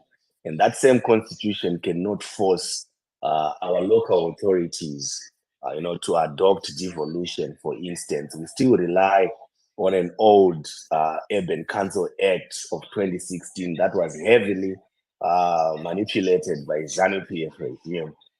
So you find we do have a problem. And moving on to Al Jazeera, I was listening carefully to KK. I wanted him to make his presentation because I remember him making a lot of he was spreading a lot of aspersions and lies. I think in a space, was it yesterday or a day before yesterday? He spoke about evidence to say, hey, we have seen a documentary, but where is the evidence? So as I was preparing to come up, to rebut, unfortunately, we lost that space. So I just saw him on the space and I was like, okay, maybe this might be my opportunity for me to rebut some of the things that he said. Many thanks to Marcy. I think she also debunked the issues to do with the fact that KK had alluded to the fact that we need to seek approval from the police before we can have demonstrations. And I would like to salute Marcy because she dealt with that point. That was a lie that came from my brother KK there. I don't know what he wanted to achieve, right? So as citizens, our constitution is very clear as far as demonstrations and protests are concerned, right? Notification and seeking approval, one should never confuse the two. Yes, we could notify the police because we understand that we might need the police, to provide their services in terms of, maintenance of peace and order. The use of peace and order there is very deliberate because we know our constitution cannot protect us as citizens from POSA, from what is that called now? Is it the one that starts with M? It's maintenance of peace and order. What? MOPA, yes. That's the constitution cannot protect us from that. Then KK was like, "Hey guys, where is the evidence?" And I was like, "Hey man, when you look at evidence in terms of admission or admissibility of evidence in a court of law, obviously you look at documentaries as a form of evidence. You look at testimonials. You look at various smoking guns. And in this case, we've got the Rolex watch. That's why I used it as my profile picture there. That's the evidence that we have, right? Whoever has that Rolex watch, right, that person can lead us to the criminal because from that Rolex, we can have our investigation. So a Rolex watch, the green Rolex watch there, it's one good form of evidence. We can use that as a form of evidence that can be produced. If only we had, Zach. If only we had the police. Gonna grow my investigations. We could use that. Then we also have evidence in the form of some airline manifestos, right? Just to pick the trend on the people that were fingered in the documentary. To say, okay, now these are the allegations, but now we need to go further and look for leads. From documentation, it was alluded that you travel, or sometime in 2020, you met, or 2021, you traveled to Dubai maybe more than 11 times, right? Then we pick that. What was the purpose of the visit? Then you try to pick the trend. So for my brother there to say, hey, where is the evidence? This documentary, it failed to meet its obligations or what it sought to achieve. I would say I did not know Macmillan, right? Before the documentary. I got to know about Macmillan after the documentary. I did not know about all those guys, the Chilodos from airport before the documentaries. That guy from Dubai, right? I did not know that we have Mr. Jones before the documentary. So kudos to Al Jazeera for a job well done in terms of the documentary, meeting its obligations. I think it did well. And Ziya module that I was not that bright. But there's this module that I draw my circles, right? In my circles, I chaga some of the similarities or things that we would find very common in each and every circle. Let's say we have 3 circles, toma drawer. So then paari kunomita masircles are show up with this pattern is also common in the other circle. Then ties in the pakati pekuti pari kumita the 3 circles. So but no, this trend is available in each and every segment. I just was just a module, right? It's mathematics. It's mathematics. Thank you so Nani much. calculator. Oh, thank you so much, my brother. So what am I saying here, Mkoma Champion? I'm saying let's look at the people that were pointed out in the documentary, independently and exclusively. You notice that there's one common factor or one common name that you will find from all the people that testified in the documentary. And that common factor happens to be our president, E.D. Mnangagwa, right? Someone decided to call him Mr. Jones is the president. Someone decided to call him number one, the president. Then someone decided to call him my partner.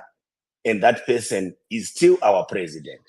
So now if a ZANU-PF Unagash comes and say, hey, guys, the documentary, it did not achieve anything. My message to them is, you know what?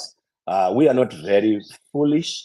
And also, the point that I also wanted to make is, I knew Hubert Angel, yes, as a prophet from his church, but I never knew him to be, to be that stupid and that foolish. And many thanks to the documentary. Now we know him, Hubert Angel. But while we are praying for miracle man, while he's forcing us to pray for miracle things, right? He's out there looking for 200,000 just to facilitate a meeting with ED.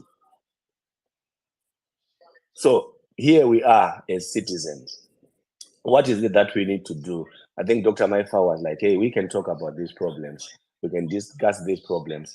But at the end of the day, we need to come up with solutions to say, what is it that we can do? I think the documentary has demonstrated that the fish rose from the head, and also corroborated the point that was mentioned by Jonathan Moore.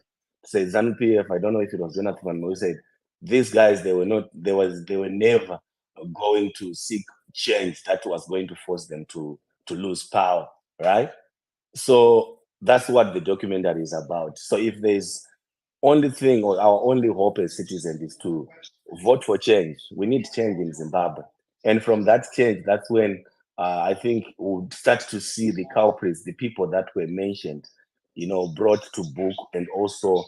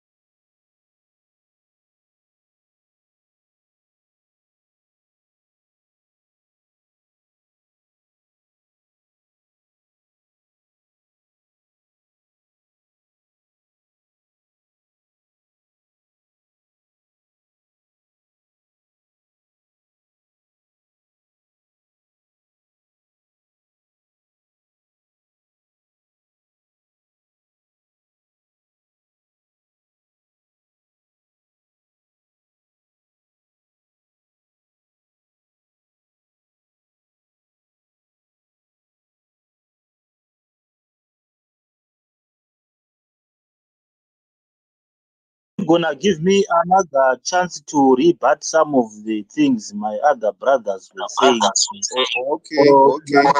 Listen, Jeff. What do you want to rebut? Because tiri kuziva kuti munhu angagwa imbavha. Saka chii chimwe chinoda kuribhatiwa ipapo? Chaunoda kuribhata chaiko chii? Kana iwe uchida zvako ungogara uchinakirwa nokuzvitaurira nokungoti yakere zvakazodai zvikazodai uchikakamira. Rega kuita mhoni nezvinhu zvisina basa, hama yangu, kana kuti mukoma wangu kana kuti munina wangu. Rega kuita mhoni nezvinhu zvisina basa. Munhu angagwa imbavha.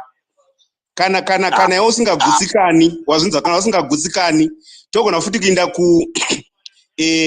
United Nations Security Council report inongotaura kuti munhu angagwa imbavha. Saka hatidi kuti tiwere tichitoda kuribhata. Chii chinoda kuribhatiwa zvacho ipapo? Mbavha imbavha, inodhizevha. Mbavha gororo rinodhizevha kungogara haro riri mudondo rakavanda vanhu, kwete kuti rinogara muofisi yapresident. That's something that is dangerous. Wapanzwisa? Munoziva kuti munhu wakaita Madhuku wakaba mari achita ma-articles. Hadeserve to be lawyer. Vanhu vanoenda kuna Madhuku vachiti Madhuku lawyer, vanofanira kumudza kuti you don't deserve anything. Your career was revived by Mnangagwa to propel looting, right? We all know about this. So ndidi zvangu kuti nditaurise, ndosandaida kutaurisa. Jeff, gara ipapo unyatsita mhoni zvakanaka. Champion and Jeff, please, let's move on with the topic. Please, let KK speak and we move on. Thank you very much. Right. Am I doctor? Ndozvandandibvunza kuti ndichapuwawo mukana wokutaura here kana kuti ndoita move kuvhurira vamwe space, because kana zviri zvokungotukana.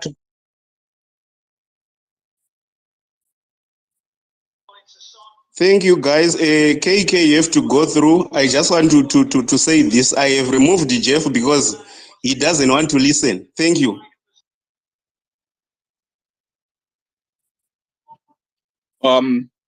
Before I go, I just wanna confirm whether people can hear me. Go ahead. Okay, thank you very much. So there was I'm gonna try and pick up some of the issues that Smart has raised from the other platform we had, and then I'm gonna go straight to my presentation. So I'm not going to, as I said, when I was giving my preamble, that we've got many things that were happening prior the gold mafia thing that I suppose perhaps never really got attention for whatever reason, one way or the other.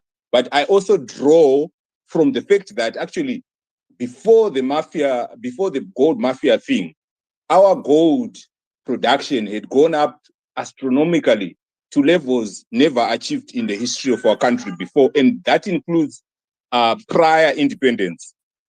So we have recorded very high figures, and since the whole, what do you want to call it, sanctioning of Zimbabwe, moving of companies away from Zimbabwe, the gold industry has been a major employer for many Zimbabweans. So it is really quite interesting that lifeline for Zimbabwe is now the center of focus. So I'm just going to put it out there, the center of focus, with the view that the major players in that industry, like your Reserve Bank, have become targets. I said in the platform that the documentary made some bold accusations, made Reserve Bank a laundromat, and then the whole collaboration with the office of the president and all that. There are issues that concern me, and I've said this, whether it's this platform or maybe platforms held by ZANU-PF. I said what Angel said, which is the only link to the presidents, and then the whole ball game that then they play to try to bring Reserve Bank into this is a concern to me. What he said is very concerning, and I wonder why the president's office has not been front and center of this thing right from the onset, because they should have dealt with that, because it is no way representative of what we are and what we believe in as a country. That is one thing. But for such implications as intended with all these revelations for the consequences for the Reserve Bank, which is at the center of people's lives, whether you are opposition, whether you are ZANU-PF, whether you're ruling party, you are independent, whatever you are. Reserve Bank holds national payment systems that are critical to the upholding of people's lives. Anything that should compromise that should be backed by actual and real evidence, documentary evidence to say Reserve Bank did this, Reserve Bank did this. Here are documents, here's witnesses, here's testimonies, here's all these things that will amount to a case against such an institution. I'm going to park that for a moment. I've also said there is a very less polarizing agenda that we put on our constitution for both our opposition MPs and our ruling party MPs, which is devolution. Devolution would have allowed us to account for our wealth at provincial level, at district level. It allows people to be at the center of decision-making with regards to the things that are happening in their locality. And then we escalate those figures to national figures so that we are in close contact with what is happening. Right now, Reserve Bank comes out and he says we exported 35 tons of gold, amounting to over $20 billion, right? There's a real gap between the figure of 20 billion with where people are. But if that figure was broken down provincially at district level, what we are contributing to the national fiscus, it was going to be a less polarizing agenda. It was going to be an agenda that puts people back into decision-making, into power. None of our MPs have fought that fight to bring devolution to the MP, regardless of whether you are your MD, your MDC, your CCC, your ZANU-PF. So my only question to you, these are the vices that allow us to keep track. Right now, people have gone so far in terms of technology that they keep track of things at every level as it happens. For us, this was going to be a structure that allows us to keep track of our economy, the aggregates, and all these things. We didn't do that. Now we are coming back and we're being told we have increased gold production to 35 tons. But the question is, how can we relate to that figure as individuals, as communities, as all these things? We put in place a way to do that, which was devolution. Nobody had championed that agenda. So now we are in this maze where we think something is happening, we can't pinpoint it, and somebody can obviously take advantage of it politically, which I think this documentary is all about. To say, okay, fine, I know there's this thing that is existing in people's mind. I'm just going to... This is an elevated discussion that is happening in the streets without real evidence. So for me, it's just more of conspiracy theory. Okay, thank you very much, KK. And I know Smarters would want to engage you on that. But what I'm going to quickly do, we have had a number of people who have been here for some time. I will come back to you guys and KK, can you mute your mic, please? Okay, let me do that. Let me just get into my phone. Sorry, just give me a few minutes. Okay, so I was saying let's clear. We have got dry bones, we have got Vampariwa, we have got Lutricia, who have been here for some time. Let's have dry bones in the first. Vampariwa, Lutricia. My brother, I think it was me next. He said I would speak after KK. Okay, so let's do it. JT, dry bones, Vampariwa, Lutricia. And then we go to Mambo Sose. Please let us confine ourselves to our 3 minutes so that we clear the backlog. We still have some people who would want also to come up.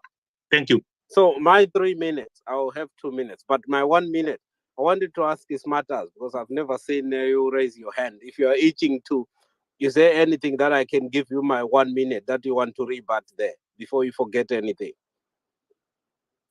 Host, I'm giving my 1 minute away to Smarters. You see, no, that's fine, JT. You can go ahead so that we Okay, just okay. go with the what's word. Yes.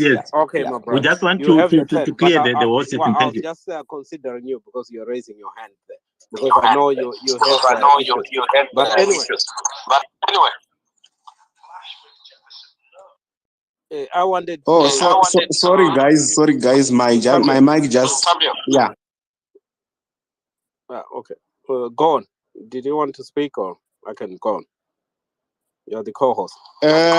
All right. Since this is since you wanted to throw your 1 minute, it's fine. Can I just give you your 3 minutes? Then when I give you your 3 minutes, you start the moment I finish it, because I wanted to ask the previous speaker who said he wants to track things when nothing is digitized in Zimbabwe. What does he want to track with such kind of a system?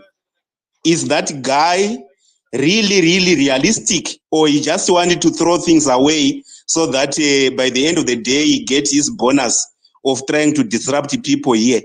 Then someone who talks about devolution, when Mnangagwa is opening toilets and tap water in Chivi and so forth, what kind of devolution do you expect from when the president is just a ribbon cutter of everywhere? What devolution is that which you want to do? Are you real or are you serious? Please, when we come here to these spaces, remember, I do say we are not coming to spaces to warm them. We are not heaters. We are people who must bring facts. We know that Mnangagwa goes around opening gardens, opening toilets, opening whatsoever. Even in Beru, he was there. So how are we going to make sure that devolution is going to be upheld by the officials, if the officials themselves are not exemplary? Let's be honest with ourselves each and every time, so that by the end of the day, we make sure that we are going to contribute meaningfully. Thank you. Brother JT, you can go through. I think I can have my 30 seconds. Okay. All right, brothers matters, you can come through. Oh yes, man. Thank you. Just 30 seconds, host, and I apologize. Thanks so much, champion. Because I raised my hand. I raised my hand when KK mentioned devolution there. I've got so much respect for this brother, to the extent that I would never think that he would come here and demonstrate that he does not have a clue, in as far as devolution is concerned, what it means, what our constitution says. Because the fact that we've got some numbers that are coming for gold, like from the export of our gold, then someone then throws in devolution to say, no, if you had MPs in parliament asking about the devolution questions, then we would know the breakdown. How is that going to help us? So it's just unfortunate there. But I think one positive thing is, if there was someone who was listening closely to KK yesterday when he was making his submissions, and the submission that he has just made, you will notice that he has changed, he has moved his position, and it's a good thing. But when it comes to flip-flopping, that's one requirement if you want to join Marrakesh. If you want to push propaganda, you have to be someone who's very good at flip-flopping. Because now he's changing. He wants to blame people, devolution. We are going to open a space, I think, in Nkoma Denford, where we are going to discuss devolution, what it means, and also marry it with the point that was raised by Nkoma Champion to say, why do you want to talk about devolution when the president is all over the place, officially opening bins? What devolution are you talking about when the same president, through his Ministry of Local Governance, right, abusing funds for devolutions, funds that are supposed to be going through to the communities to develop those communities, funds that are supposed to be managed through our local authorities? What devolution are you talking about when you've given all the power and all the money to Zinara instead of giving money and power to our local authorities so that they can develop our cities? What devolution are you talking about? Thank you, Denford. Well, was it a minute? But anyway, Smarters, a commenter on that as well. In addition, this is why Mafume is going crazy about this thing. And people need to understand, thanks, Champion, for clarifying that, because I had also picked on that point, and also Max, my brother, when you commented. You see, if you see Joker Mafume coming on this space, he's fuming. This is the whole principle that he's trying to say. We are not given these funds. We are not doing this. We are not doing this because these guys are controlling everything. But for me, I will not comment further on that issue because it's been clarified, and I think, Smart, as you said, it would be nice to have a space and explain to people. I want to comment on the documentary, the episode 4, and what's next for Zimbabwe, because it's very, very interesting to me. And I don't know. It's if this is why when you say Champion, co-host, I know what you are straight on the point. But sometimes I don't know whether we are watching a different documentary from them. You have individuals that you see on camera and say what they want to say. Then you have people trying to come here and confuse us or spin the whole thing. But are we watching the same documentary with these guys? That's what just boggles my mind. It boggles my mind. And uchiona even the commentary ana maduku munhu ekanyi kweduko, and when they come and try to spin something that has been said on camera, uchiona kuti this is the I don't know kuti vanoda kuti tiite forensic toita forensic lawyers or experts that can come and say, this is the voice that has been said, is this the voice of angel, is this. Then they want to come and spin, no, he didn't say this, he was trying to say this. But we all saw it. We all saw it on the documentary. Then you want to come and spin it here, no, this is what should be happen. He's not fingering the president in, he was doing this, the president is not corrupt. This. Guys, we are just tired. And what I just want to encourage, let's share these things. I spoke yesterday about it when Pachedu raised about the area yedu iri kumanikal and kukanyi kwedu yakapiwa vanhu kuBelarusi. I shared it nemachemberedo ari kumusha because some of my family live within that area. And I said, iri kuya kunotorwa chiredzi. Now we've got 45,000 people that are being displaced because varuda kuvakapa kune vanhu vakapa varikuda kutora nzvimbo iyoyo, and people are just being kicked off. And I said to people that I know, my family, mbuya vangu ndikatumirai audio panapa vabuda vachitochema kuti ndo zviri kuitika here, ndika ndo zviri kuitika, area yakatotarwa ikapuwa nekuBelarus, saka vachimaina madiamonds, gold, zviriko zvinhu izvozvo. And you'll be kicked out of that area. My graves, so some of us, we come from Kumambo area, they will be taken. And this is what's going to happen. And takatovaona vachiuya kunopega, but vaipega vachiti hanzi tinoda kuitirai mayeka, tinoda kuita irrigation farming. I think I spoke about it yesterday. So takaona varungu vanoita marungu akaita zvimaChina, we don't understand what they look like. But vakauya vachiti hanzi tinoda kupega, tinoda kuisa mayeka kuti muzodai, but mayeka acho, nothing has happened. Ana mambo hatozvizive. And these things are happening, guys.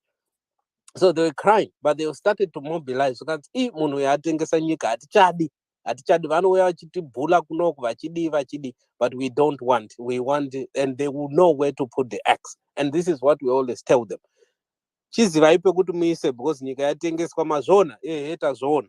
Tiri kutozviona because they are seeing these people in their communities. These people are coming in. Ivo zvanoti hanzi vakaita zvimaChina, zvakaita zvima-Indian or something. But ndofunga ndo vanhu iyoyo kuBelarus vari kuuya kunopega these areas of our, ancestral areas and, our families. And they are seeing it. And some of us, we come from there. If you are from Chiadzwa, I've seen my sister Diamond there, and she can, acknowledge this. Ukabva paChiadzwa, ukaenda paChiadzwa Diamonds, pakamainwa madiamonds eChiadzwa, you feel sorry for yourself. Land degradation. Vana vari kunyora mumadhamu kukanaya. There is no clinic. The area is just a heap of shit. Hapana kana anything. It's degraded. Vanhu vari kutambura, vanhu vari kudi. So guys, thanks very much. But for us, for the next, what I want to say, what's next? Let's share this information that we have, that we talk about with our communities, our rural mbuyas, our rural sekurus. And these people, when you start to tell them, kuti mukomana uyu, murume uyu atenge, not mukomana, murume uyu, dhara iri atengesa nyika, zivai pekuisa X, because pamuchatadza kuisa X pakanaka, muchauya muchibviswa ikoko, zvinhu zvichitorwa, nyika yarashika iyi. So thank you very much, and that's my contribution. Thank you, brother JT there. Sister Lutricia, I think you are one of those ladies who are on the space and on the speaker podium. So please, can you come through? Then after you, we are going to have dry bones. After that, we are going to have mambo. Tinozodzingwa munzvimbo because tadzira mambo tetisina kuvapa mukana. Thank you. Oh, thank you, host, co-host, speakers, and all listeners. Greetings to everybody. I just wanted to, based on the topic there, what next Zimbabwe? I wanted to say, maybe before I go to that, I want to say, I thought by now the president would have obviously responded to what Al Jazeera revealed, not necessarily to answer any questions or whatever, but he owes it to the nation to say, because someone that he appointed publicly, proudly to say, this is our ambassador, whatever the accolades he gave him, but then now this person is talking negative or talking things that are not tasteless in on camera, caught on camera. I think the president had to tell something to the public, publicly respond to that, to say this guy is lying, or this guy I'm going to suspend him, or I'm going to issue an investigation, but something he had to say it. Yes, a president doesn't respond to anything that is said, whether on social media or on TV or whatever. But in this case, this is a man that he publicly announced as an ambassador, proudly so. He was supposed to come and say, okay, while investigation is on, let him step down, suspension, whatever that he's going to say. But then already he has shown you the disrespect that he has for the people, forgetting the power that you have as the people, which is the same power that put him there, which is the power that makes him to be called a president when he goes out, and even people are made to pay to see him. It is not because of him. There is nothing special about him. There is something special about the Zimbabweans who put him in that position. Therefore, this where I answer the topic, host, as you put it. I think the communities, like the previous speaker said, the communities down there, this information must be spoken well to them. Everybody, whatever, if there are levels, but we are all equal in the eyes of the law, of the Lord. But let them know the hardships that the government is subjecting them to.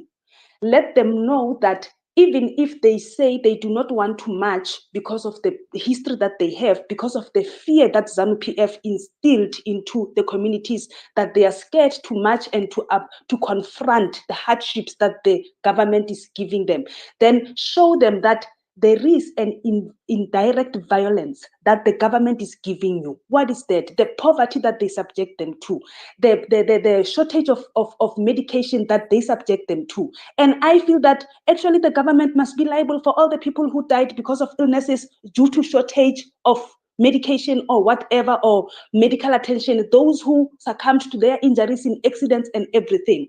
Therefore, make them aware that even if you sit, you are still receiving violence, but indirectly. So you are still going to die. There will still be problems. So, and also the character assassination, in my view, that is me. In my view, I think that is character assassination, more especially to the youth, the children who are still growing up, who do not have access to what other children in other neighboring countries have. That is character assassination. Yet there are minerals in the country that are only serving them on their dining tables and their children. And also, we are also having a threat as many countries. We're having problems with drugs. Then these children, they are left there doing a lot of nothing. What next? It will be drugs. Then I still put it on the government. That is me, as I said, that is in my view.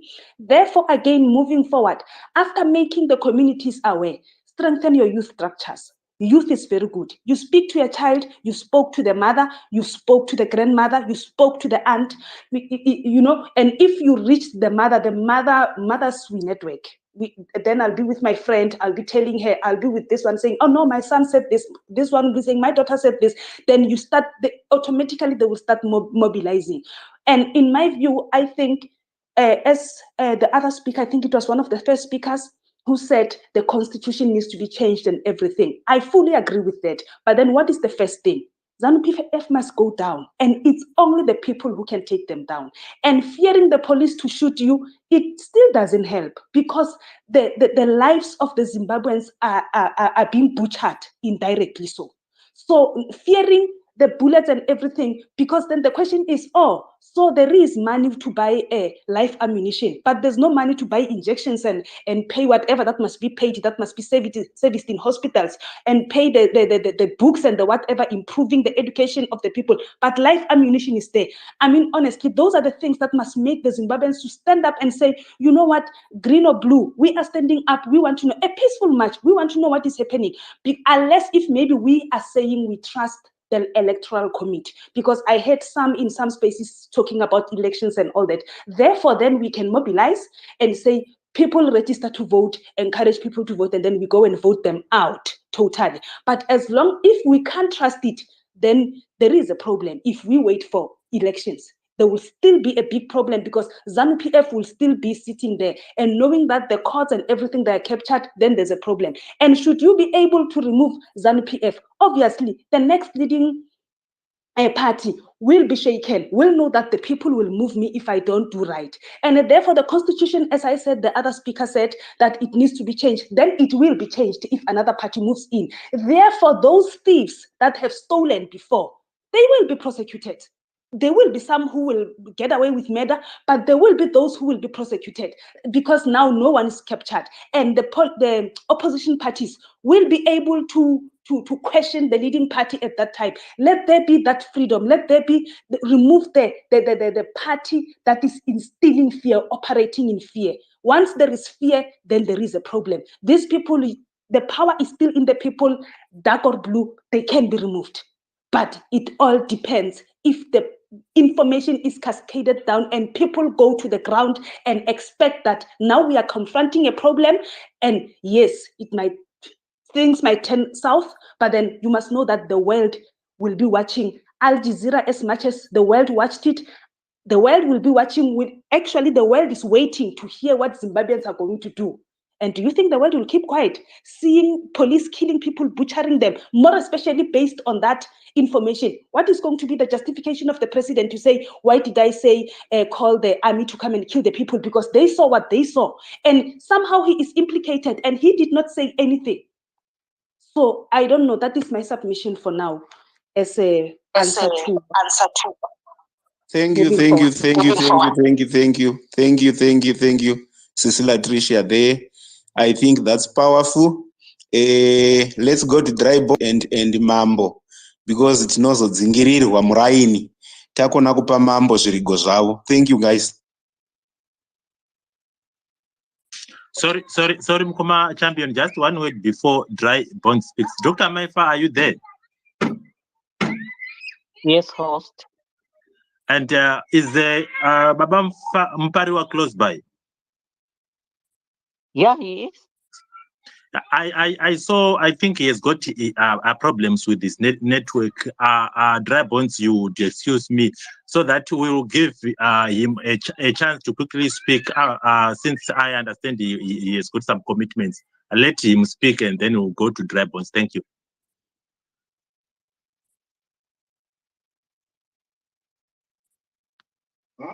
Oh, he's coming.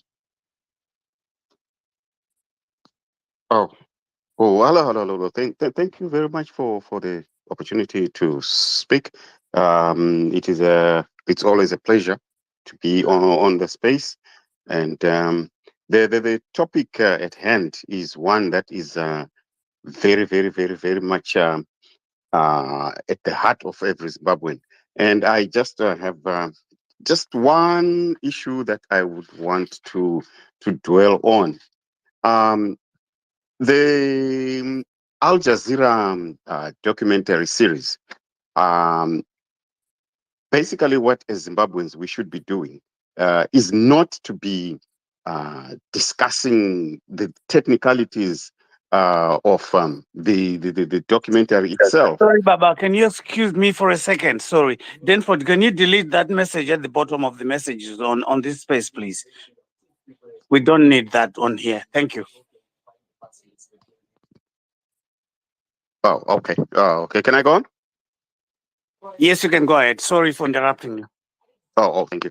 I was about to say, what I was saying was, I think our problem as Zimbabweans is looking at the messenger and not looking at the message.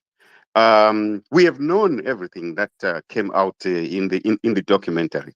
Kuti corruption iriko, and these vanhu vatinoti Mbinga, we all know Mbinga. We all know people who have lots of money, and all we really came up with from the documentary was just the evidence of Kuti. Maria Choinit was saying.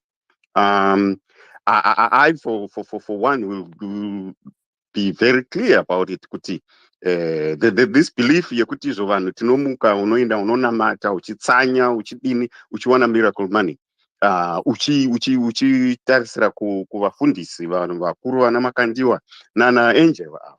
But what has the documentary done? It has just proved and shown kuti aiwa, this is what these people are actually doing. And izvo vana Henrietta Rushwaya nekuti vanodini. We all know that. All the documentary has done is to give us the evidence, the proof of how it is done and what goes on. Saka, in my view, it is not in any way productive to start to discuss the technicalities of the this one comes out, no, this is not the voice, and like what Maduku is now doing, he's taking us away from what the message is. We all know what it is that is happening, but thanks to the documentary and to the great work that was done by the journalists that brought out that whole thing, we now have clear evidence.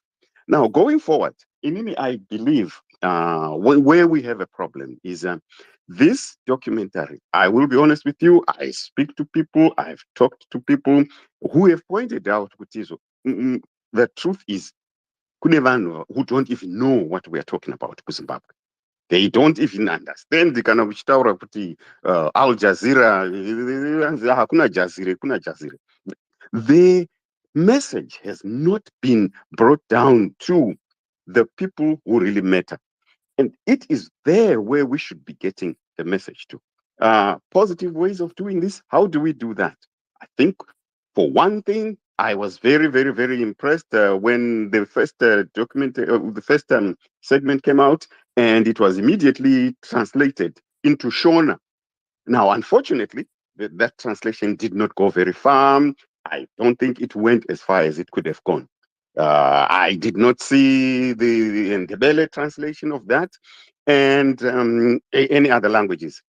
But the most important thing that I believe we have to be able to do now is, can we make our technology, this ability that we have to be on spaces and everything else, can we make the same kind of information that we are privy to on here to get down kumunu arikumusha?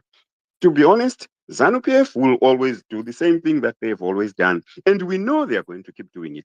Vanoenda kumusha, vanorova vanhu, they will go kumusha and give them cups of rice and everything else.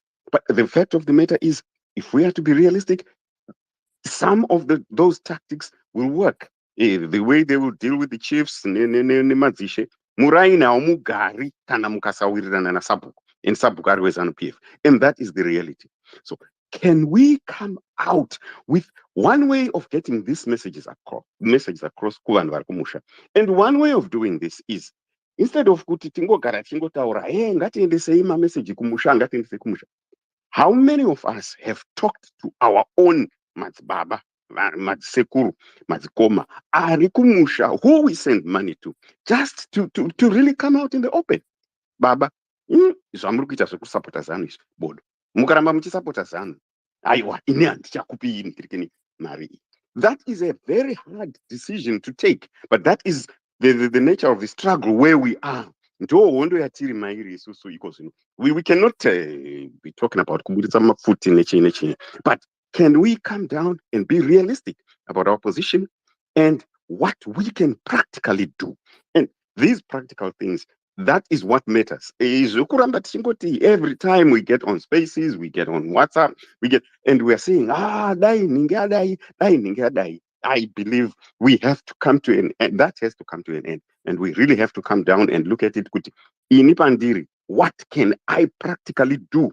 And it doesn't cost anything in most cases. All you can practically do is very, very, very little, I think.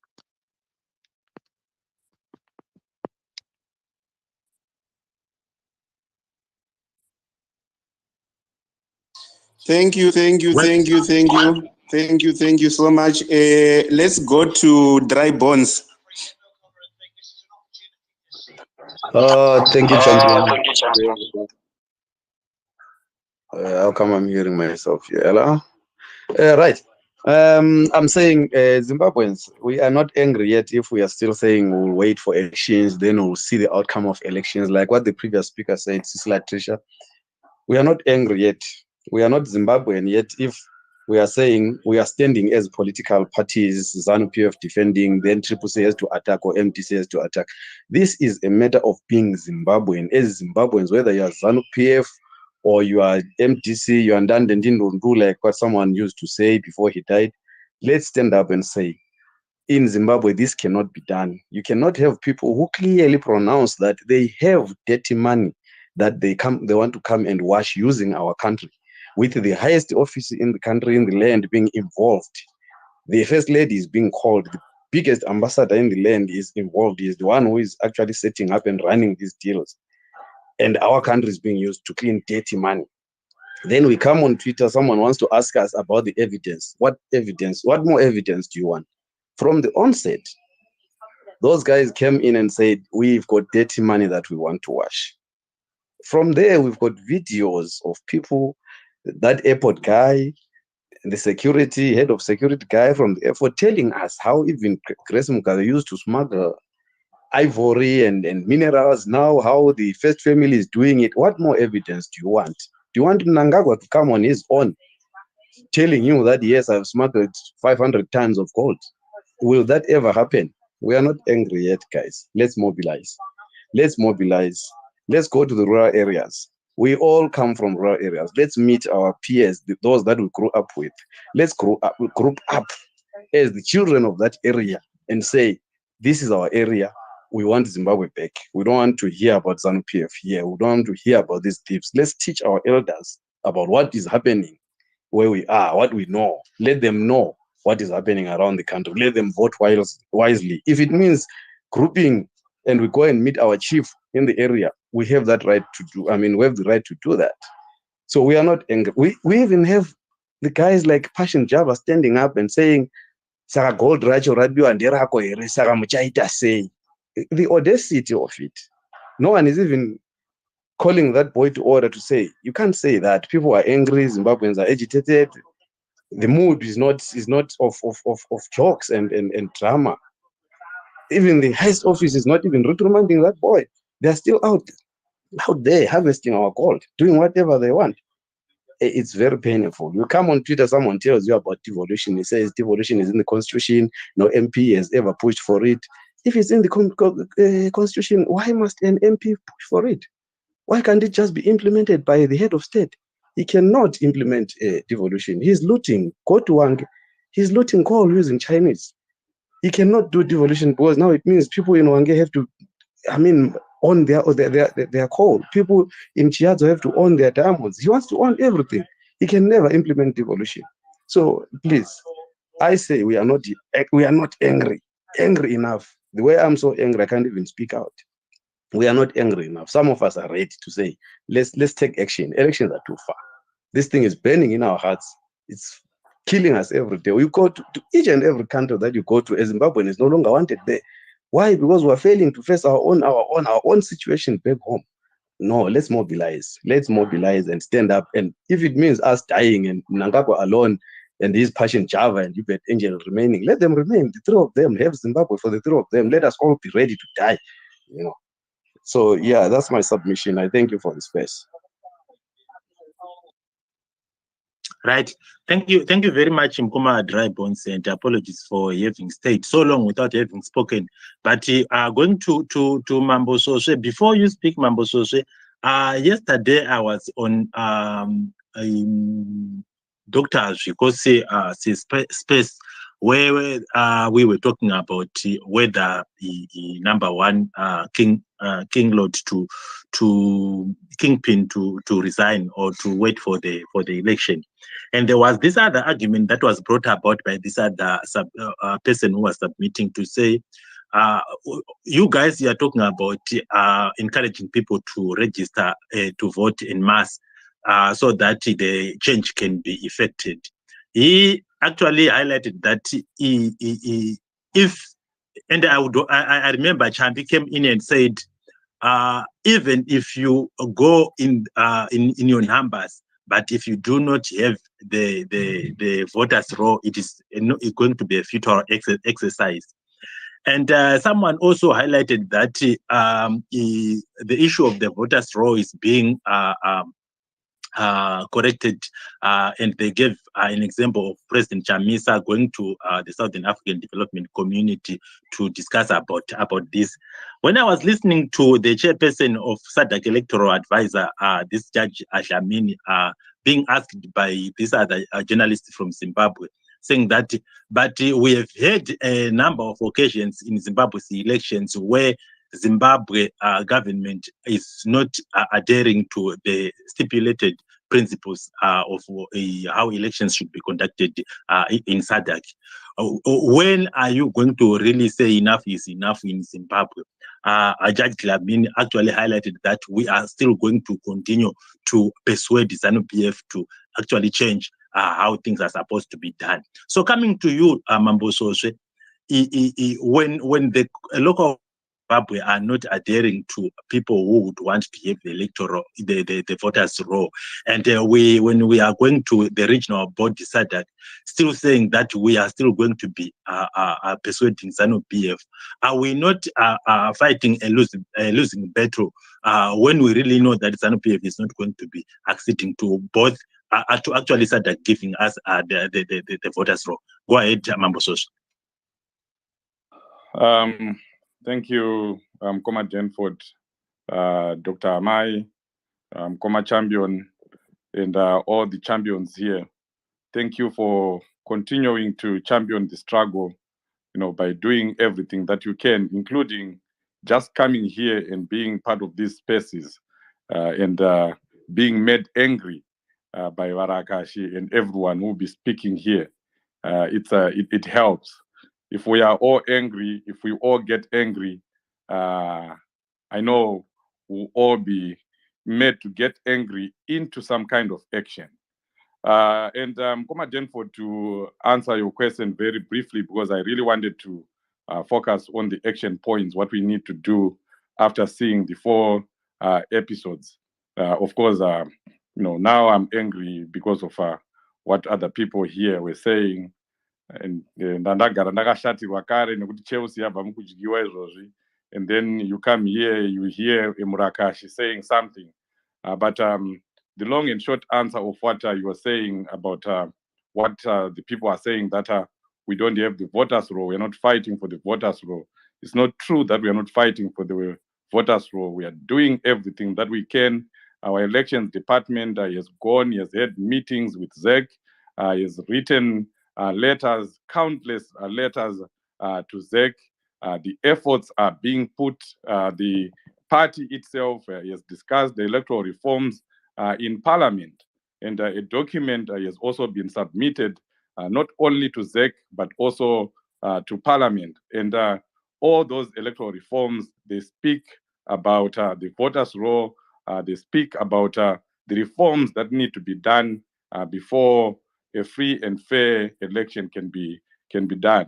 So really, anyone who tells you that we are wasting our time if we continue to encourage people to register to vote. They are just, they are there to distract you, because what we can do, let us do. What other people, what our lawyers, what the parliament can do, what our leaders can do, let them do. But us as citizens, we know we are on our own. Voter registration is supposed to be done by ZEC, but they don't do that. So we end up doing our own voter registration and our own voter mobilization and voter education. I think it's actually a strategy by ZANU-PF that they come here and tell you that it's pointless to go and vote because the election is already rigged. It's pointless to go and register to vote because you don't have access to the voters' roll. What we can do, let's do. Let's make sure that we continue to register people in thousands. That's another anti-rigging mechanism. Among other mechanisms, among other strategies that we can employ, getting people to register en masse is key. So anyone who is trying to, discourage you from doing that, they are actually doing their job. They don't want you to register many people. So I think that one it's settled. The citizens, let's continue to encourage people to register, because registration is still on until proclamation of the election has been done. That proclamation has not been done yet. So we continue to register people. We continue to encourage our friends and relatives to register. And then coming to our topic of the day, it's maddening. Shatirisa, that you come here and you hear someone telling you that there's been an increase in the production of gold, astronomical. They use those big words, astronomical, production of gold, and $20 billion has already been generated into our economy. But we all know that is not true. It's an insult to the 100 people that are here if someone comes and talks about that. $20 billion that has been generated, yes, it might be there, but where is the money? Where is the money? It's not going into our fiscus. It's not going into our economy. It's money that is being shared by people that are in Dubai, 50% to the people that are in Dubai, 30 or 40% to the Mnangagwa family and his associates, and just a little, just a trickle, maybe 20% of that money is coming back into Zimbabwe. But it comes back into Zimbabwe, not into the Reserve Bank, not into any of our financial institutions. It goes again to buy gold. It goes again, it is used to go and underpay our gold panners. The people that are panning gold are the ones that receive that money, but they're not even receiving money that is good enough to improve their lives. If there is $20 billion that is in circulation in Zimbabwe, are you seeing anything that speaks to that? Let's start with the people that are panning the gold. Has there been any change of livelihoods in those people? Go to Midlands today, the people are still suffering. Go to Mberengwa, go to all those areas where gold has been panned. There is nothing, there is no development that speaks to what the gentleman here was talking about, that there is $20 billion that has been thrown into the Zimbabwean economy. So it's an insult to the people of Midlands. It's an insult to our grandmothers, to the grandfathers, that are failing to make ends meet. It's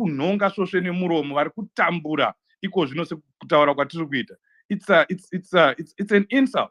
It's an insult, like someone was saying here, to people that have lost relatives, that have lost loved ones, because the government is not buying medication in hospitals, and they hide behind sanctions. They say they can't buy medication because of sanctions.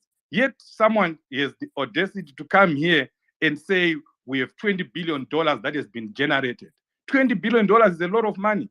We can build multiple roads. We can improve our overall infrastructure. We can build so many hospitals. We can build state-of-the-art schools with $20 billion. And now the $20 billion has been generated. But where is it? We are not benefiting as Zimbabweans, it's a few people that are enjoying the national cake. And we now know, because of Al Jazeera, thanks to the 4 episodes, we now know that our money that is being generated from our minerals, because right now we're just talking about gold, but we have chrome, we have other minerals, we have so many minerals in Zimbabwe. We're not even talking about that, but we know that their hands are also there. They are looting in those areas because there's not been any Al Jazeera documentary on those areas. It doesn't mean that they're not doing anything. They're still looting there. So what we are seeing, folks, today, that's why I say it's an insult for someone to come here and say what they are saying. What we are seeing is just a tip of the iceberg of the corruption that Emmerson Mnangagwa, his children, and his associates are doing on Zimbabwe. It's more than that. We are losing billions of dollars through the smuggling, not only of gold, but of diamonds, of chrome, of many other minerals that are there in Zimbabwe. So we have seen, we have heard, and will not allow anyone to come and debunk what is going on. Like we said yesterday, we focus on what we can do. We are not going to focus on the technicalities. They can come here and talk about the technicalities. Mnangagwa is not guilty, is not what, but to me, like I said yesterday again, the court of public opinion has already found Emmerson Mnangagwa and his associates guilty. And what we now need to do is to take action against him. Let's make sure that if we can't get justice in Zimbabwe, let's get that justice elsewhere. Let's get justice in UK. Let's get justice in America. Let's get justice in South Africa. And really, that should be the focal point of our demonstrations. They shouldn't just be demonstrations where we go and toy and sing. No, those demonstrations must be accompanied with letters, with anything that we can take to the House of Lords, if it is in UK, to the House of Representatives, to the senators, if it is here in America. We need to spread the word, and we need to bring up that evidence, because all along they said we didn't have evidence. Now we have the evidence. So let's make sure that we do that at this level. But beyond the demonstrations, beyond what we are doing here, Commerce Matters did well, and he thanked the people for what we have done. We are here in the diaspora with the spaces, with the Facebook programs that we do. We have managed to spread the information of what is going on. People that didn't know of the looting, of the problems that are going on in Zimbabwe, they now know because of the spaces that you have. So thank you so much for doing that. Let's continue to do that. But let us have these spaces also come up with solutions on how we can get the same information that we have here, that we are accessing here, because we have so many, agents of information. We can find information on Facebook, on Twitter, on radio, even on Al Jazeera, but the people in rural areas don't have the same accesses that we have. What can we do? So these spaces should also come up with action points on what we can do to the people that are in the rural areas. I think Smart has talked about being organized. Let us be organized, and to the extent that we harness the anger that is here, that is simmering on all social media platforms, by discussing actionable items, and we begin to act on them. It doesn't matter even if we have to say we have come up with these action points. Now we need, obviously, for anything that you need to implement, you need money. If we have to raise $200 or $300 at each and every space that we get onto, on each and every Facebook program that we get onto, let us do that, because we need that. If we talk about getting through to the people in the rural areas, obviously we have WhatsApp that we can use very well, but it has to be organized WhatsApp. If there are messages, they have to be messages that are coming from a central position. Can we have a WhatsApp group where people can get in there, get the information from Al Jazeera, edit it, cut into maybe 1 minute or 2 minute segments. And then we start spreading it around in the WhatsApp groups. Most people in the rural areas now have WhatsApp, but they can't look at or listen to the whole Al Jazeera documentary. But there has to be someone who does that. If we just say someone is going to do it, nobody's going to do it. So let's be organized to that extent that we have that group that can do that. But beyond that, let's look at those that don't have access to WhatsApp. What can we do? Kuna mbuya vari kuMhondoro, kuna mbuya vari kuChiredzi. Information inosvika sei ikoko. Kana tigadzira flyer, ngatigadzirei flyer really in their language that they understand. But those flyers, if we say, let's just have flyers, and then we leave this space, but nobody is making the flyers. We don't have a plan for making those flyers, you know. So we need to come up with that plan where we have those flyers. If they are going to be distributed, I think the distribution part is the easiest because we have the human resources. We have our youth, we have our women, we have our comrades that are on the ground. We can even go technical, use technology. If we can come up with drones that can, make those flyers fly everywhere, just drop them the same way that Muzorewa did when in 1979, vanhu vakangomuka vakaona makazara, Harare yese yakazara, Zimbabwe yese yakazara nemaflyers. Uchingonhonga uchiverenga. You're giving access of information to people, so that vaya vanenge vachitaura kuti vanhu vekuMatebeleland, vanhu vekuCholocho havazive nezveAl Jazeera. They will find the flyer there. The flyer will be having all the information. So that's something that we can begin to do. I heard people talking about demos. That's a no-brainer. Eventually, we're going to have those demonstrations. Whether people are going to be arrested or whether people are going to be killed, that's part of the struggle. Struggle doesn't come cheap. There has to be those sacrifices. I know when we talk like this, chief musiko pa ground pajo, but that's the essence. That's why it's called a struggle. All this information, everything that we are doing has to culminate in some kind of action in Zimbabwe. And again, I'll go back to the issue of information that we can talk about demos today or tomorrow. Here in the diaspora, they work at this moment.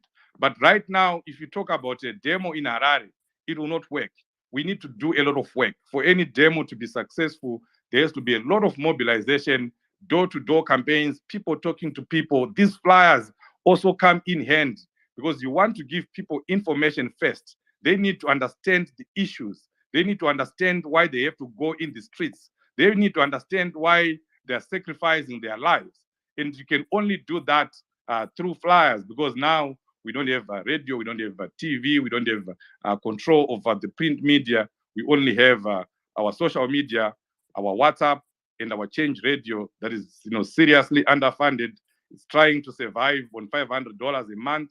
But those are things that we can discuss here on these platforms and ensure that our people have the necessary information so that when we say chabhondoka, chinenge chibhondoswa nevanhu vari kuziva zvavari kupindira mustreet, zvavari kunofira.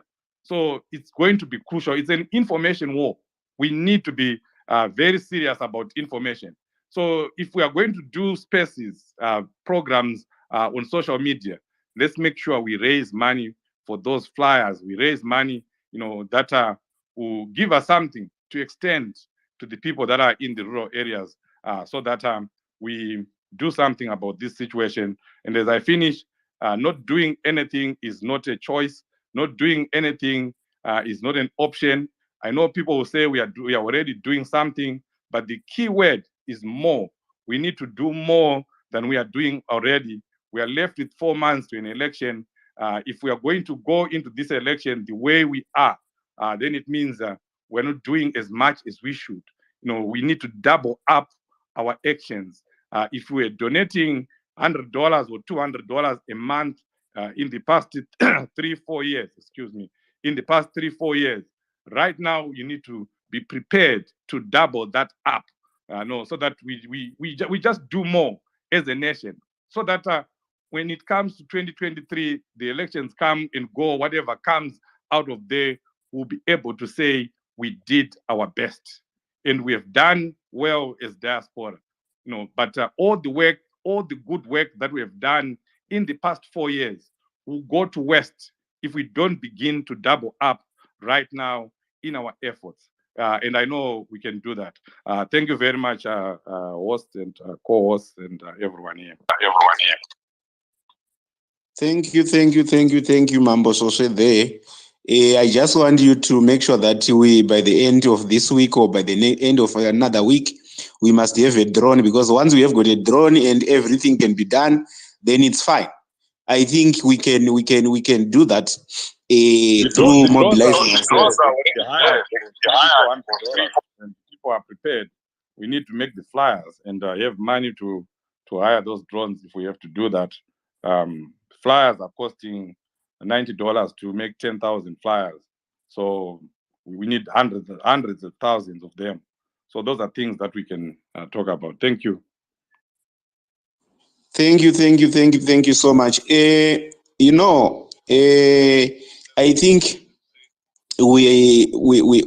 I wanted to rebut KK on this matter.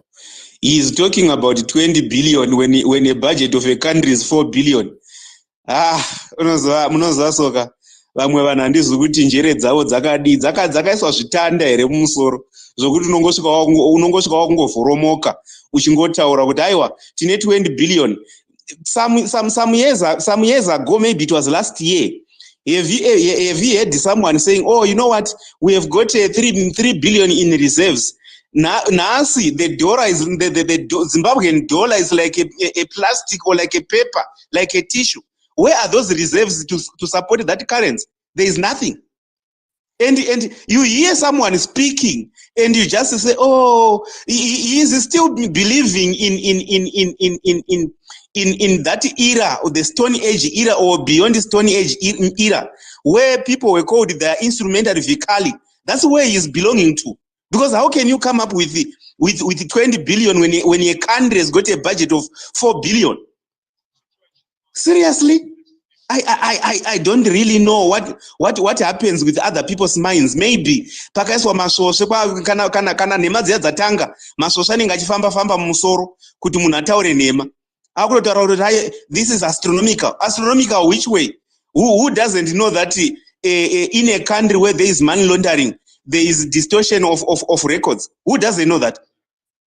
Sometimes I'm just saying this to Varakashi. Sometimes itai nhema dziri nani kwete nhema dzakashata kudaro dzokuti unotaura kuti aiwa baba vako vane mota apa vana manga mumakumbo iwe inda henyu mundonyatsokisa God Mafia King 1 zvakanaka kwete kuda kukisa muchireva nhema. Dzimwe nhema hadzibatsiri. Let's go to Joe, right? Thank you so much. Thank you so much, Mr. Champions. Thank you, the host and the co-host and everyone in here. Let me first ana weyambo uyashita kuda kutaura evidence of the documentary ndoda kuripata zvekutaura nevamwe vanhu. Anoziva here kuti Munangagwa handizivi kana ichiripo izvezvi office pa long chain apo paishanda vana vake 2 vakomana matwins avo handi vakadzidza kuchina vaishanda ipapo. Every Chinese aisungwa muZimbabwe nemapurisa or whoever aitaura kuti let's go to our office. The office yairife was the office yaiva pa long chain. Uchisvika pa long chain ipapo waisopinda muofisi ine vana vake matwins because they speak Chinese. Ndotaura nema Mukoma Champion, is Joe Red speaking? Yes, I'm speaking. Yes. Do you hear him? Okay. Now I can hear you. All right. Joe, right? Please, can you continue? Yes. Ipapo pa China pa long chain ndo paiperera nyaya dzese dzemachina ipapo necorruption isi yaitwa ipapo paiperera pavana Munangagwa iva matwins handisi kumunzwa Mukoma Champion. There's a likelihood yekuti space yedu inokwanisa kungokrasha imaona asi regai ndomboteerera hangu. Can I go ahead? Yeah, just go ahead. It's fine No, until sorry, champion. maybe. If All right. possible, maybe if you could ask him to drop to listeners and come back, I think it would definitely help.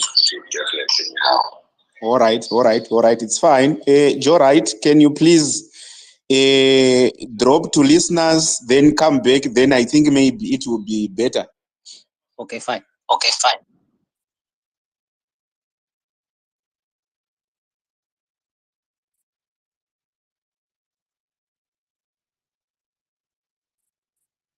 Yes, can you hear me now? Brother Denford, can you hear What? Joe?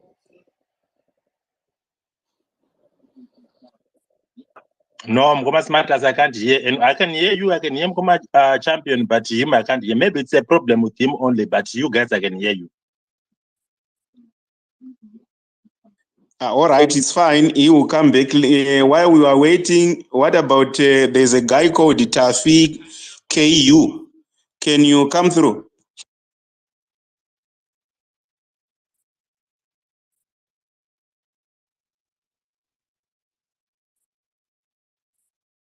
Tafi Kunze, can you come through?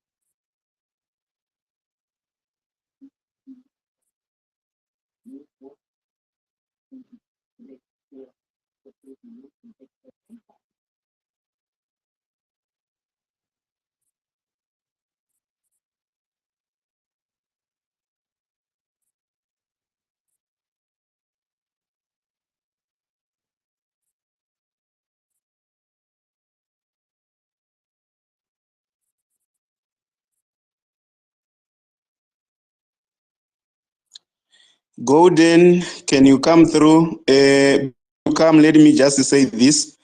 Tafi Kunze, I have removed you because we don't have time for placeholders. Thank you.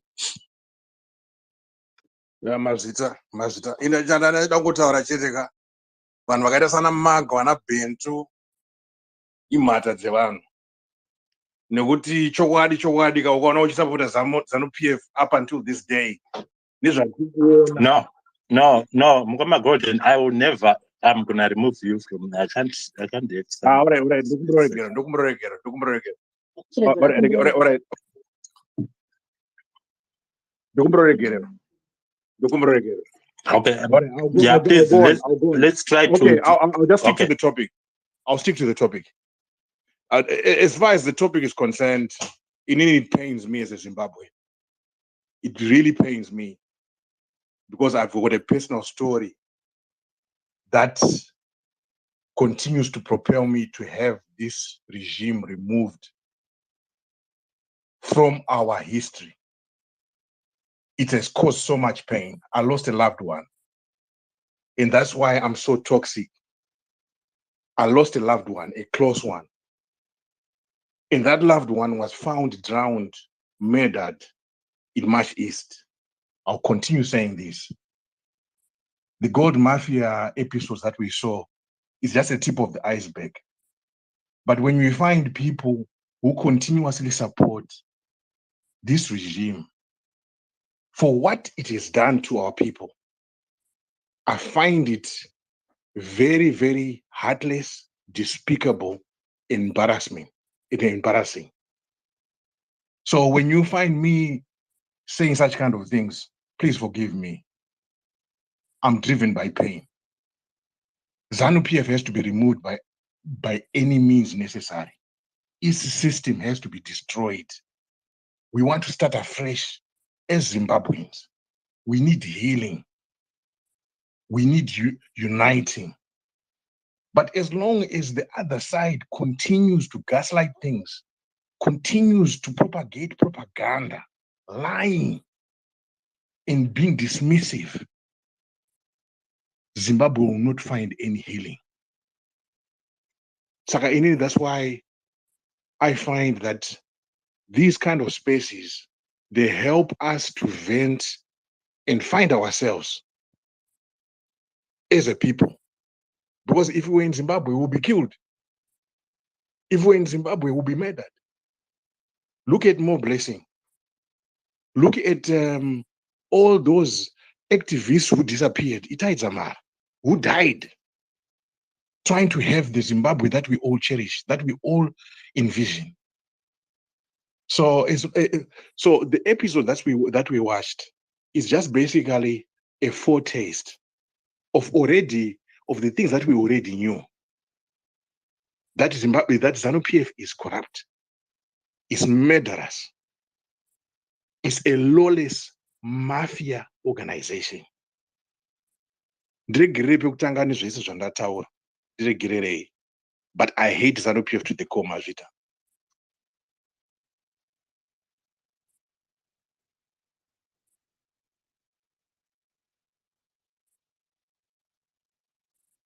Dr. Maifa, are you there? Can you go ahead? Yeah, thank you very much, host, and thank you very much, everyone on the space. Golden, I understand your frustration, and everybody here is equally frustrated. My encouragement is that when somebody comes here and they are losing their head, let's not fall into their trap. They are just seeking attention. What we need to do is to ignore them and focus on our topic of the day there. So I want to thank also Mambo for his submission, Commerce Matters, and everybody who had positive contributions to make. The thing is, yes, we've seen the episodes. What next? We need practical action. And I've put it upon myself also today. As soon as we leave this space, Zimbabweans in my community, in my neighborhood, are gathering at my house for a barbecue. But the purpose is for us to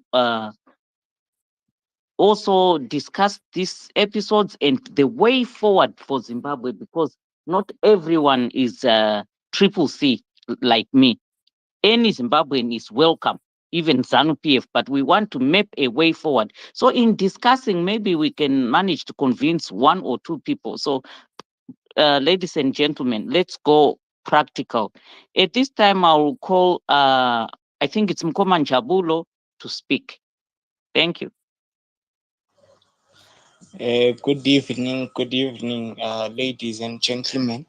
It's quite a wonderful space, and I love the direction on which we are taking, whereby we are actioning our thoughts, and we are pushing for actions in everything that we are doing as a people.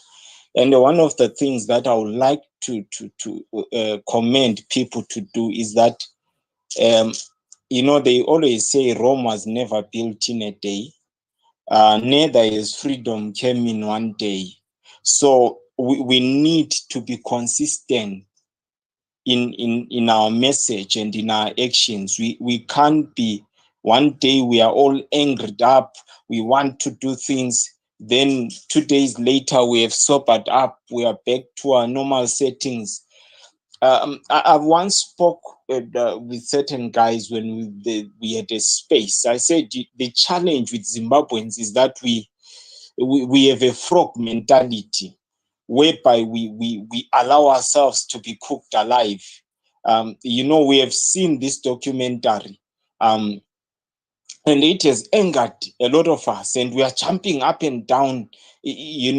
The frog mentality. It's the experiment that was done by certain scientists. For some of those that don't know, they took frogs, they put them in water, they put that water stove. So in every 10 minutes they will increase the temperature of that water. So the water started off cold, it became warm, it became warmer, and it became hot, and it started boiling. And every time the temperatures are adjusted higher, the frogs will adjust to the temperatures until they set in. Once they settle in, then they will also increase the temperatures. Then the frogs will become, and then they will then they will adjust until they were boiled alive. Let's move away from that mentality, because it doesn't bring development and progress. We will always try to adjust to whichever problems that are presented to us. We will always try to say, no, if now there are no employment, let's all become vendors. It's okay if all of us are vendors out there and we are surviving with our families. We have had that frog mentality. And I know, Mpilo, there are no medication. Let's go across in South Africa. Let's go and seek medication. Or now we are now surviving with traditional. We always try to adjust and normalize things that are not supposed to be normal in any given country, in any democratic space. Things can't be normal, and we cannot behave as normal as we think we are supposed to behave. Yeah, I love Zimbabweans are very funny, because you know that they will always say, no, we are peaceful people. Guys, how do you become a peaceful person when someone is being is becoming militant against you, and you adjust and say, no, we can't take it to the streets because we are going to die, we are going to be arrested, we can't do this because this is going to happen. I said, you know what, we rather fight and live in a free country, or our kids are going to live in a free country, because we have decided to liberate this nation. We have to start having these discussions from that perspective, because once upon a time, the so-called war heroes, they sat down and said, you know what, we rather die by the gun than to live as a slave. Some of us, I think we need to start having those discussions and having them seriously, and stop being diplomatic, because the government you are dealing with today, go and stand on the street. Ask Itai Zamara's family, go and stand on the street peacefully, without you inciting violence, without you stoning anyone. Where is he today? Where is his remains? Nobody even has a clue to where those are. I think as Zimbabweans, we need to come together and have a solid and consolidated plan on how we can deal with the current government. Either we are saying we are going to the elections, and let's make sure when we go there, things are fairly and squarely done. There won't be any discrepancies. There won't be any rigging of sort. And if we are saying, guys, we are going to take it to the streets, let's be resolute about it, and let's take it to the streets, and let's make sure we get the intended results. Complacency is not going to bring victory to Zimbabwe at any given time. And the comfortability is not going to bring victory to Zimbabwe at any given time. We need to be angry. We have seen the videos. We have seen how they've exposed the state of things that we have already known about for a very long time. We cannot, as a country, be saying we are comfortable and we are happy with a president who is a criminal. Out of 16 million people in Zimbabwe, whom we deem ourselves that we are very intelligent, and we allow ourselves, through our intelligence and our understanding and our level of education, we allow ourselves to be led by a criminal who is being named here and there by all the criminals. Macmillan comes in a video. For all the episodes, says, my partner is Mnangagwa. I was arrested because I couldn't name Mnangagwa in that deal. And the very same guy who's a racist against black people is saying, my partner is your president. How do you have a president who is allowing such people that are so discriminatory against a race and he becomes partners with them, and he is depending on our vote and on our taxpayers' money to keep him comfortable, him and his family. I think we need to be angry Zimbabweans. I think this is the time for us to be resolute about what we want to do, and we action it without looking back. Let's not be political. Let's try and clean our nation so that our kids will have a better life and a greater life, that they are going to be happy to be Zimbabweans. We had that happy chart. Zimbabwe was the most unhappiest country. Zimbabwe was there. Zimbabwe was there. How do we become an unhappy? How do we become a happy nation when you are being led by the crooks? I'll say this in closing. You know, the Bible says when the righteous rule, people rejoice, of which I know the opposite is true. When the evil people rule, people are not going to rejoice. This is why we are the safest country, because criminals and crooks are running the government today. We need righteous leaders. I know most of you here, we have seen it in the street saying, no, Nelson Chamisa is always posting scriptures. I would rather have my vote going to a righteous man, knowing that he has made it right with God and he is willing to lead Zimbabwe from a pure heart and from an honest heart, than kuti ndipe mbavha iyi, who is being mentioned everywhere, of his criminality. Mugabe, his predecessor, told us that this guy, he is a criminal.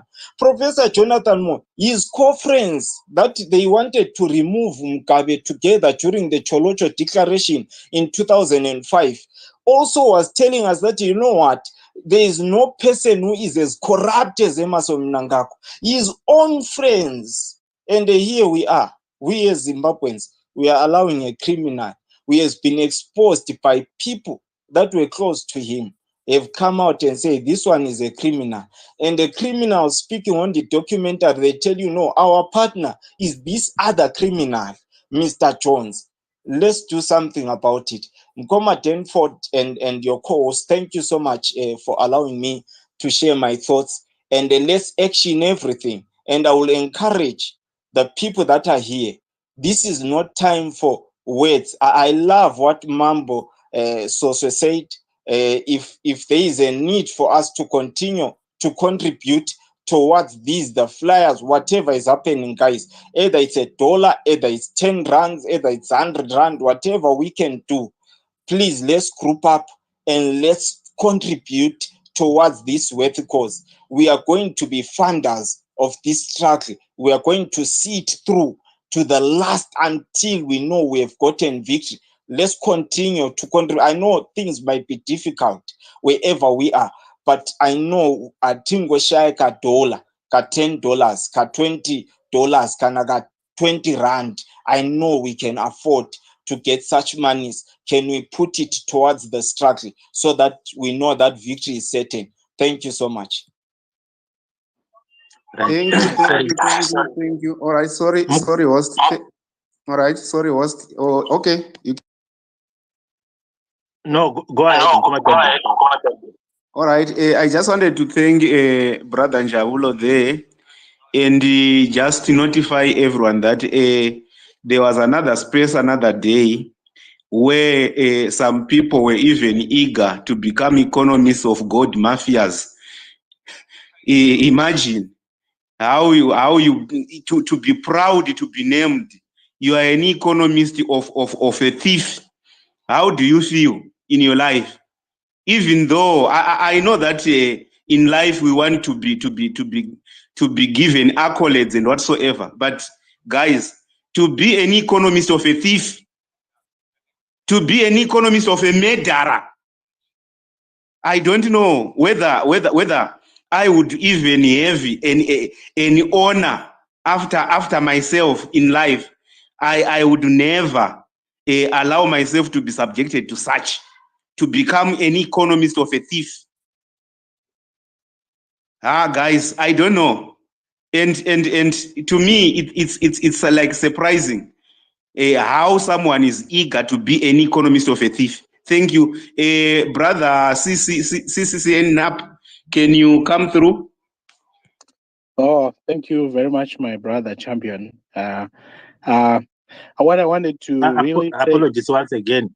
Ndanga ndichida kuti when Dr. Maifa was speaking, ndachingoona munhu vachisama 100 vachiita zvipi kuti vari kutaura zvavari kutaura. Inini I wasn't hearing her.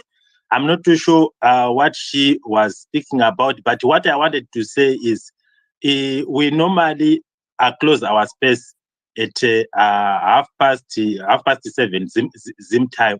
I'm a champion because I would be able to ask Dr. Maifa kuti vanga vachiti chii.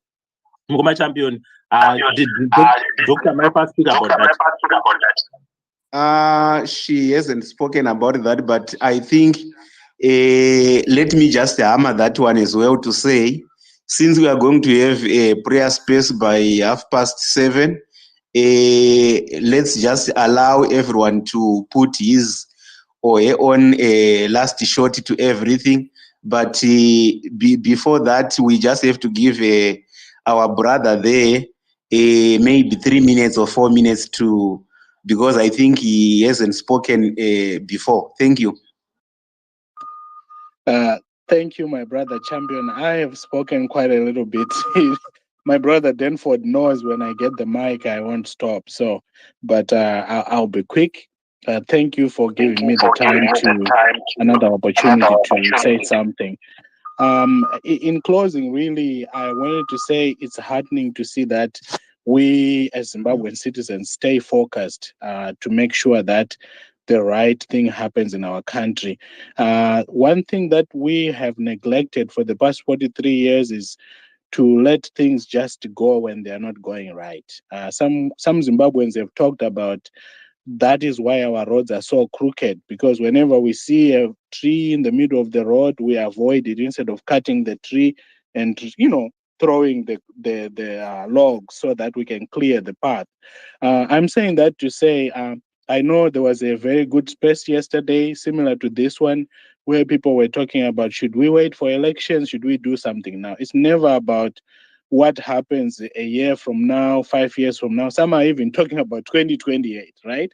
The reason I'm saying that is today what's affecting us is we know the gold mafia has done this harm to our country, and unfortunately, it involves our first family. It's very clear to every citizen. That's what has happened. We should demand what is expected in our constitution, in our laws. Those people who have gone against our constitution and have taken advantage of our institutions, they basically just should resign. Okay, we should demand that whether there's an election, whether there's no election. It's not a question of one versus the other. A lot of times we talk as if there's one bullet strategy, one thing we would all do and everything will be solved. The reality of it is this is a complex situation, complex problems. So let's participate, let's show up like we have been showing up. Right now, we should demand that those who have been implicated should simply resign. If they're not resigning, someone in government should fire them. Okay, I know that Maduku came out and talked about, national security stuff. They have always used that card to go against the opposition. If you're gonna kill a goat, you first label it as an enemy, and then you go after it. That's what they have done with our institutions since time immemorial. That's why today Wiwa is in jail. Okay, that is why today they keep saying you are selling out our country to America. So because of that is a national security interest. Well, as things stand right now, the national security is that we shouldn't have leaders, a president who tells the Reserve Bank governor to listen to a gold mafia somewhere, to say, I want you to listen to this thief, because that's the only way we'll get what we want. So we don't want our institutions to be abused like they've been abused, like we've seen on Al Jazeera documentary. And my call is really to those who are running the government right now. Whether it's the CIOs, whether it's the soldiers, whether it's the police. Come on now. What are you protecting? If anybody is giving you an illegal order, let's say, for argument's sake, citizens choose to go to the street to protest peacefully. That's in our constitution.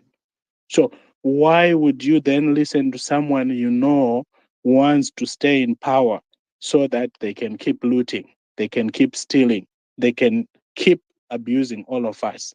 So I encourage each of us here who may be working for the government, please do your job professionally as a citizen, but please find it deep down somewhere to say to yourself, why am I going to beat up my brother, my sister in the street who is saying this is not working for us? Because we know our currency is not working, our economy is not working.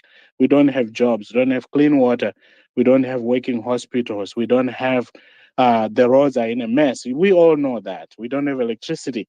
And so what are we protecting when we are allowing ourselves to obey illegal orders? Because these are now illegal. ED should allow citizens to express themselves, whether it's online, whether it's in person. That's their right. That's their constitutional right. That's the only way we will be heard. If he had any decency, he would be resigning. He would be firing people like Ubet Angel as ambassador at large. He would be making sure our institutions like the Reserve Bank is protected. The way to protect our institutions is to make sure that criminals are fired, that criminals are referred for prosecution, that other institutions across the world can feel comfortable that if they're doing business with the Reserve Bank of Zimbabwe, they are not enabling terrorists to do money laundering, stuff like that. So, but my call is to everyone working in government, what are you doing when you follow illegal orders? Let us as Zimbabwean citizens express ourselves freely. Thank you very much, my brother Champion, everybody on the platform, Dr. Amai, my brother Denford. I could go on, my brother Smartest, sister Dr. Diamond, and everyone. Let me stop here. Do not worry, sir. Thank you.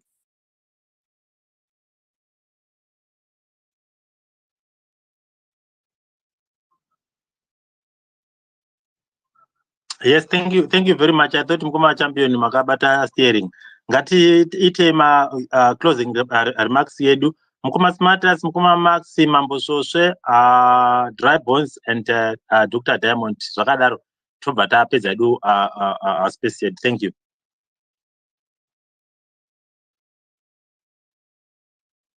Mkoma Smarters. Okay, Mkoma Max. I don't know if they are hearing you, my brother Denford. Okay. Brother Champion, can you hear me? My brother, I'm here. I just wanted to say we must focus, we must keep our eyes on the ball, and also encourage everyone to register to vote and defend the vote, as well as to make sure that all this information that we are getting on social media from the documentary, I think we need to share it to our colleagues at home, our relatives.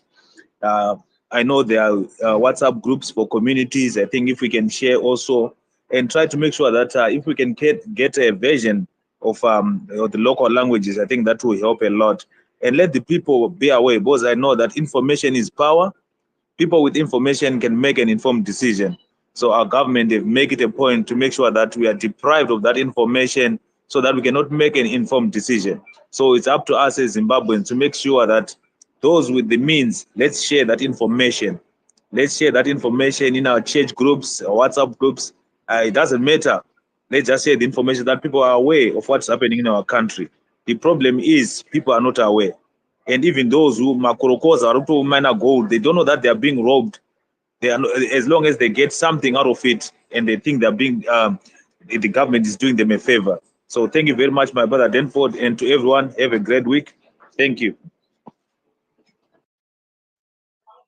Thank you very much, Mkuma Max. It seems Mkuma Smarters was here for now. Kuna Dr. Diamond. Thank you very much. Inini ndo first time yangu yekutaurawo zvangu but ndichangotiwo gaga. Thank you Mkoma Denford. Mkoma Champion Dr. Maifa, she's not here but we'll thank her in absentia. But what I wanted to say is kutaura zvokwadi zvomene that guy anonzi ambassador at large uyo anonzi Hubert Angel. Dai ndandirini handizivi nyika yandaitizira because what he did to the country is very, very it's disheartening for short of a better word. Handizivi kuti ndingati how can we have somebody asiyanawo neniwo zvangu Diamond akagara pachikona pangu apa anogona kutaura kuti izvo pasi neZANU-PF kana kuti pasi neMDC pasi neCCC whatsoever. This is a bloody ambassador at large who came out, the president of a country proclaimed vakamira naye ambassador at large and said it was very hard to train a man of God, but takamutraina akapasa. Those were his words. Yeah, kuti akatrainwa, it was hard to train him, but akatrainika ndobva apasa. Achipasa kudaro, we then look at what he has done out of the training that he got. Yatakanzwana president of a country. If the same guy is gonna come out and implicate the president in that manner, what it means is everything that he is saying, if president, you said you trained this man and he passed. Yeah, it was very difficult to train him, but he passed. Not only passed, but passed with flying colors.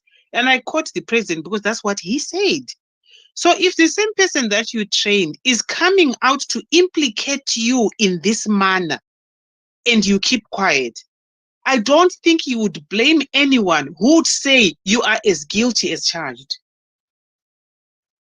Yeah, akuskutaurwa, because it's not every dog that barks that you should attend to. Some bark and tinogara tichingozvitaura imo maspaces kuti izvo. We do know each other pamaspaces panapa. If somebody came and say Diamond this, Diamond that, I don't respond because it's just one of them stupid dogs. I don't have time for them, and I'm not going to stoop that low to their nigikini, to their level. I'll keep moving. But if you, Mambo Shosho, came out and said Diamond this, I'll attend to you because do you know what? You are worth my voice. You are worth my time. You are worth my attention. I'll come and say Mambo Shosho, no, it didn't happen. Let's prove kuti zvauri kutaura zvakaitika. But if you are a nobody, I don't have time for you. I will not respond. So we are not encouraging the first family per se. Kuti ibude ichi attend to everything that is said by all of us. Isusu tisinawo zvedu basa takagara pazvikona zvedu kana kuti muchimba chiri kutovhinza chiri kunaya mvura. No, we are talking about an ambassador at large. That you came out and said, this is a man that I have personally trained. And everything that is going to come out of this mouth that I've trained, obviously, we're going to take it as gospel because you introduced us to this man. That is where my problem is. With these people who are coming to defend the ambassador at large and furthermore defend the president who's not saying anything in relation to what this man is saying. And then we have this whole, and I enjoy so much when Koma Champion, you don't give opportunity to people like Anna Jeff Kutivatara because he's not talking anything. He's talking a lot of that person that who talk a lot of BS from a space. I don't have time for somebody like Jeff. Those are the people that we are saying we are not going to stoop low and begin to listen to Jeff, who's telling us Kuti, we are Tibatan and become a people together, leave politics of toxicity whatsoever. When we are saying, look here, we are not talking about who we are as a political entity. We are talking about the gold. Zimbabwe. That's what we are talking about. And we are hearing people who are there saying, guys, there's a difference between accusing someone of doing something and saying, Inini, I do this, we can do this, and it's easy. Do you want our planes or their planes? Henrietta Rushoya, are you there? And the gold is going to be sold at whatever, 1% less or 6%, whatever percentage. Somebody is there testifying to the effect of them doing all these illegal activities.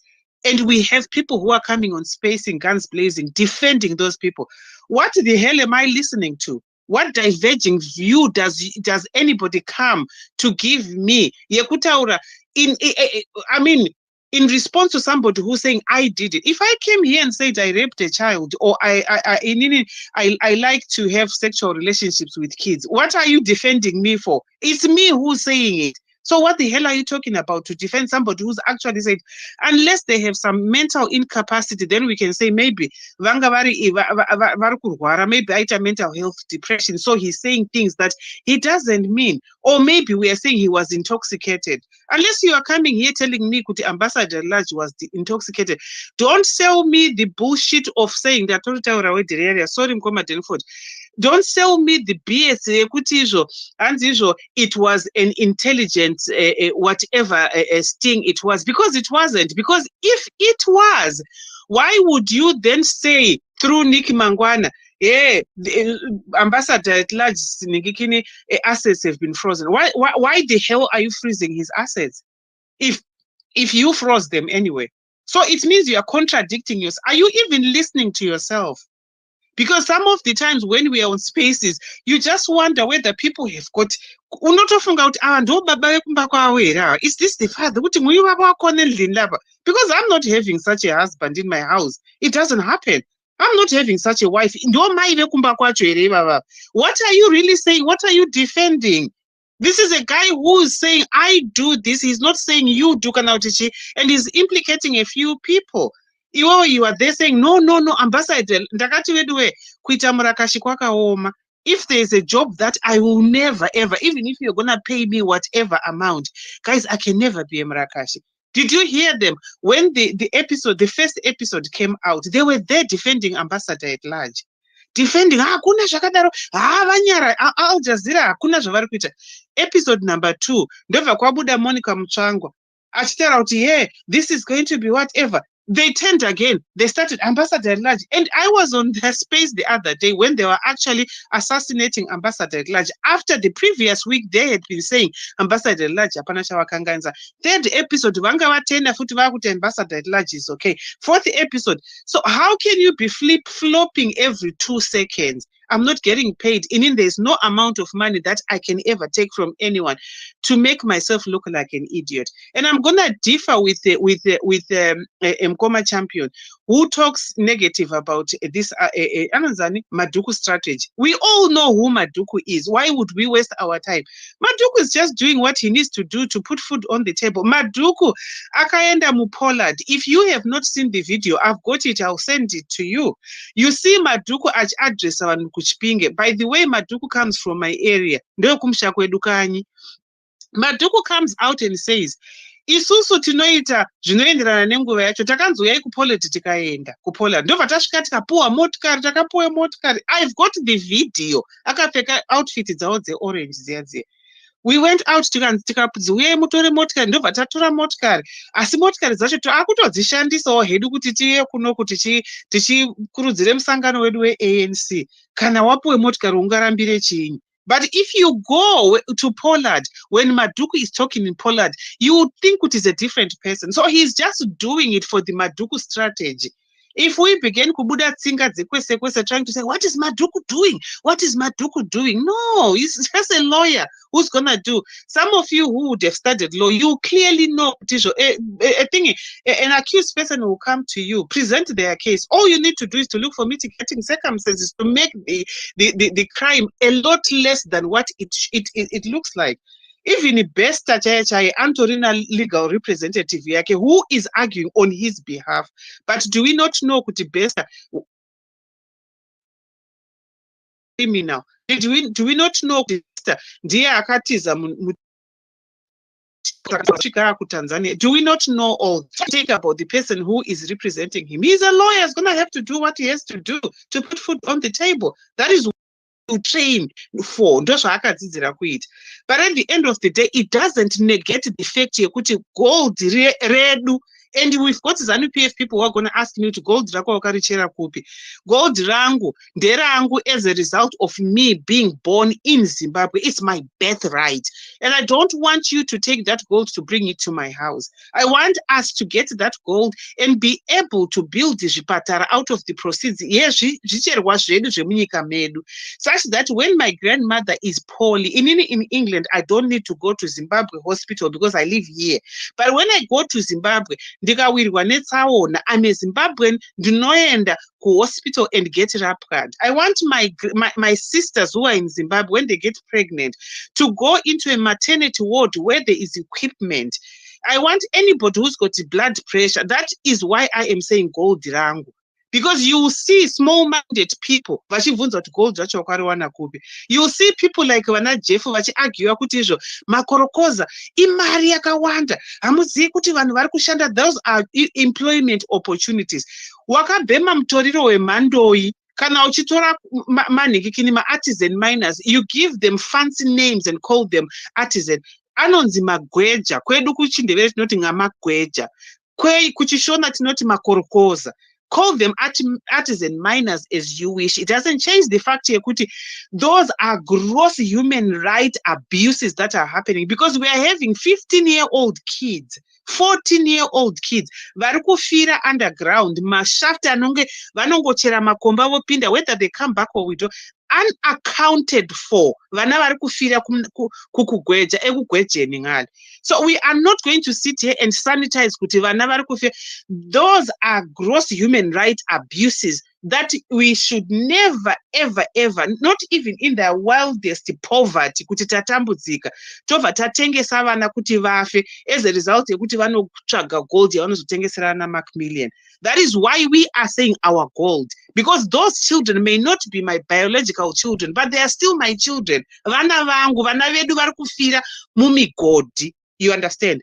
So at the end of the day, I don't know how stupid you would have to be, how absolutely like a low life that you would have to be for you to come and defend such zvinhu zvatakanzwa izvi. Saka having said that, Mkoma Denford, as I finish, absolutely, Al Jazeera documentary rakabuda, it was a proper, not only an eye opener, but it widened our eyes opening, because we already knew if you are 18 years old and above, not even 18, tichangoti 18 because that's no legal age of majority in Zimbabwe. So if you are 18 years of age, you will understand, Kutisho, what has been brought up to our attention right now by a fact of my video, because we've never seen a video where an ambassador at large has come out to admit those names that were dropped. Some of them we didn't know. I didn't know who Chidodo was. I wouldn't have said kune munhu anotonzi Chidodo in Zimbabwe, but I got to know about the transactions dzinoitika pa airport. Tinopinda nekubuda mudzindege meya. I go on to Emirates from England, yoconnecta kubva ku Dubai ichienda ku Zimbabwe. I don't know kuti ndine ndina nani mundege meya.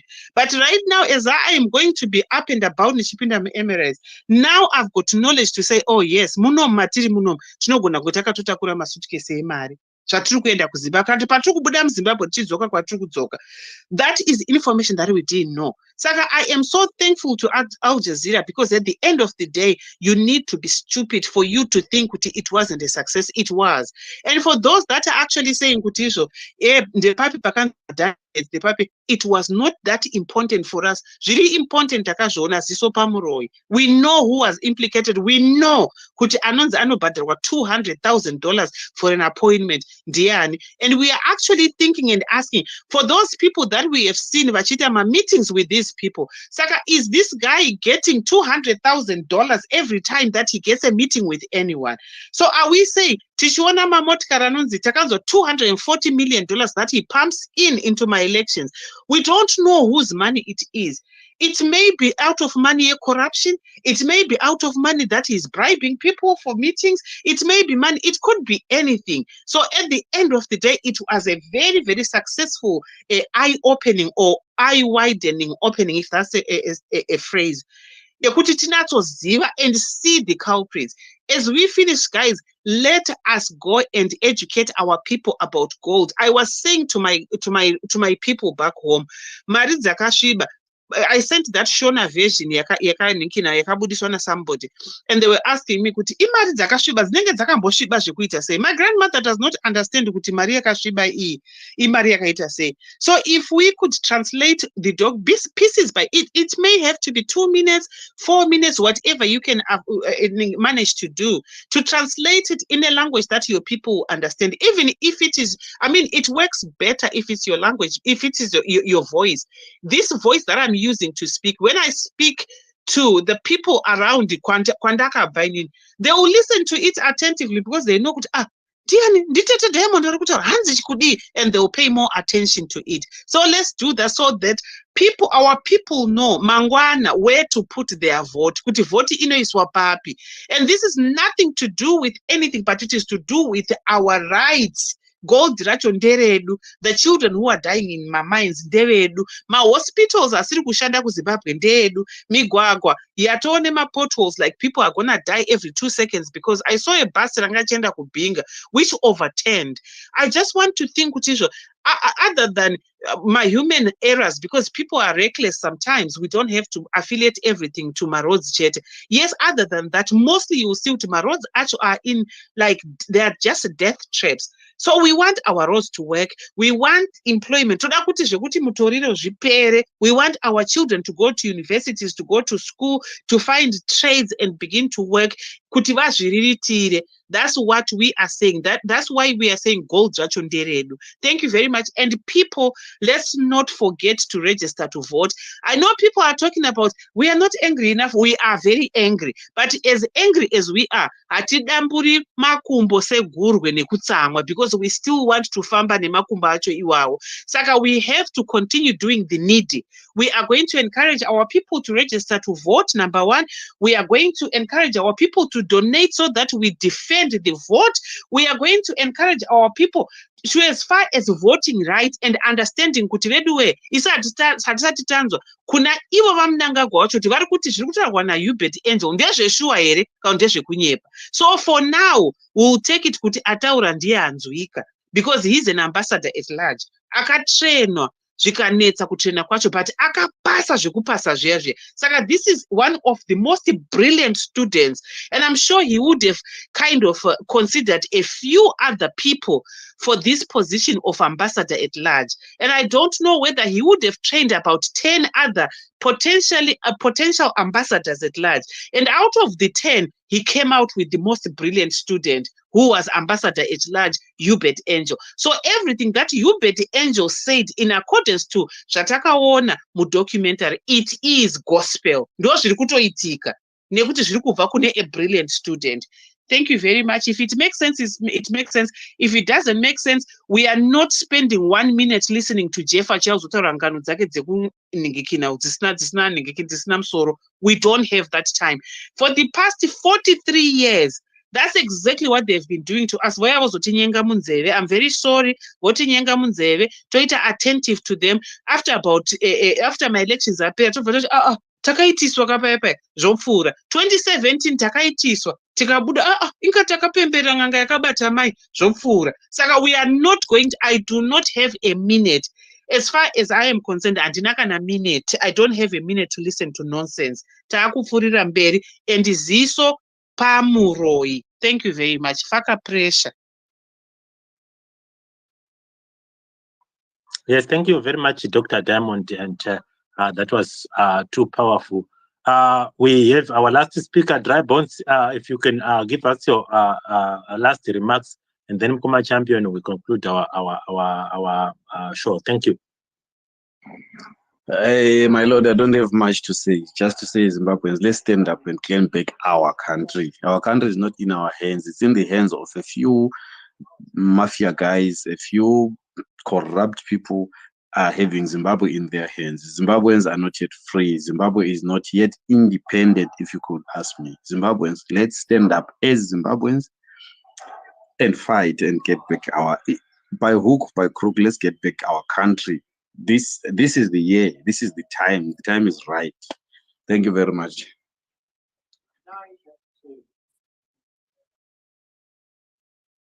Thank you, Mkoma Champion.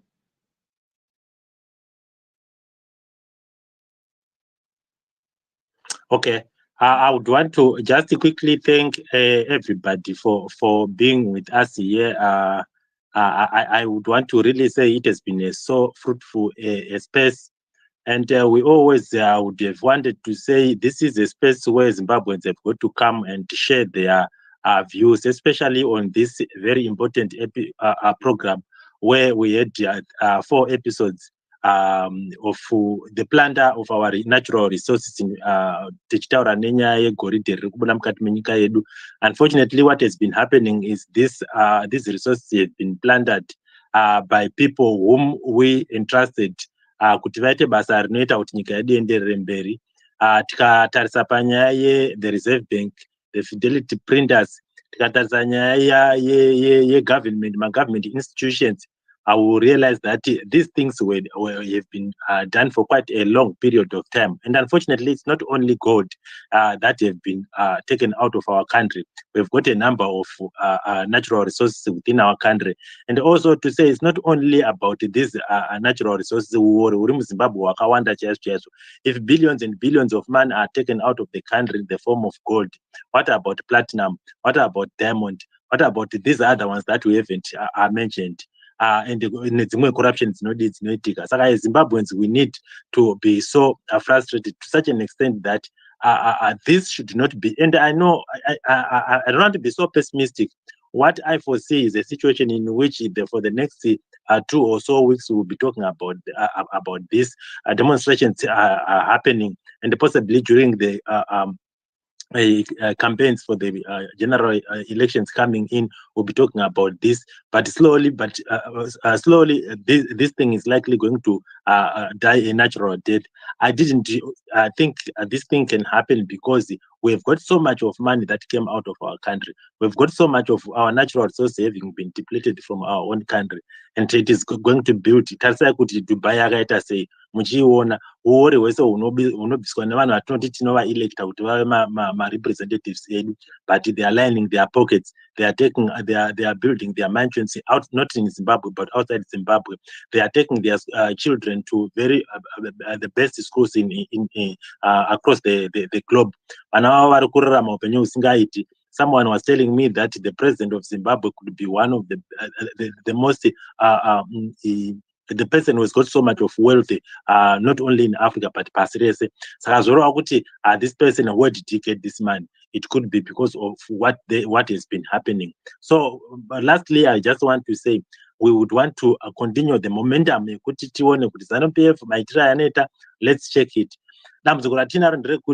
These people have seen a conscience. We have got people who actually come to create a video, meaning to say they really know that this is what we are doing. And what we are doing, despite the fact that Zimbabweans and the world at large is knowing what is happening, but there's nothing that we can do. Why? Because we are the ones who own the judiciary, we are the ones who have got the police, we are the ones who own the army, we are the ones who owns the anti-corruption commission and everything. So there's nothing that we are going to be doing. So Zimbabweans, can we say today we are going to be letting all these things go? What is going to be happening to the next generation? Somebody was telling me to say, one of our grandchildren is going to come and ask us Tawa Madara kuti ko nyika yedu yasvika payasvika kudai manga muri kupi, hapana chamakaita here. Now isu hapana chatichaita because nyika yakatoparwa. Now this is an opportunity for us to really say enough is enough. Yes, we need to mobilize everybody to go and vote on during the elections that are coming in. Election do work, and let us all mobilize ourselves. The resources that we have, and to mobilize our relatives in the rural areas, urban areas, everywhere, so that Zimbabwe will become a better country again. Thank you very much. Maybe lastly, I would want to say I'm a bit disappointed, but I think I would have wanted a situation in which we would make this space a very safe space, and not only this one, but my spaces that no one anoita kuti nyika yedu ienderere mberi. I thought we need to quickly just sort of adjust the sort of language that we speak, so that the reason why I'm talking about this is program, for an example, is not only on Twitter. We have deliberately made it that vabereki vedu vari kumusha vana mbuya vanenge vachizonzwa na Facebook, kuna na Twitter, kuna na YouTube. So why we are doing all these things? I think we need to make sure that we speak with responsibility, and that our parents, our children, and so on will really understand where we are coming from. Please, guys, let's go to Reshaping Zimbabwe on YouTube. Share the YouTube, and also subscribe to that. And then everybody's also going to be listening to that. On Facebook, you can also listen to that. On Change Radio, you can listen to that. This can spread the word everywhere across Zimbabwe and across the globe. Thank you very much, everybody.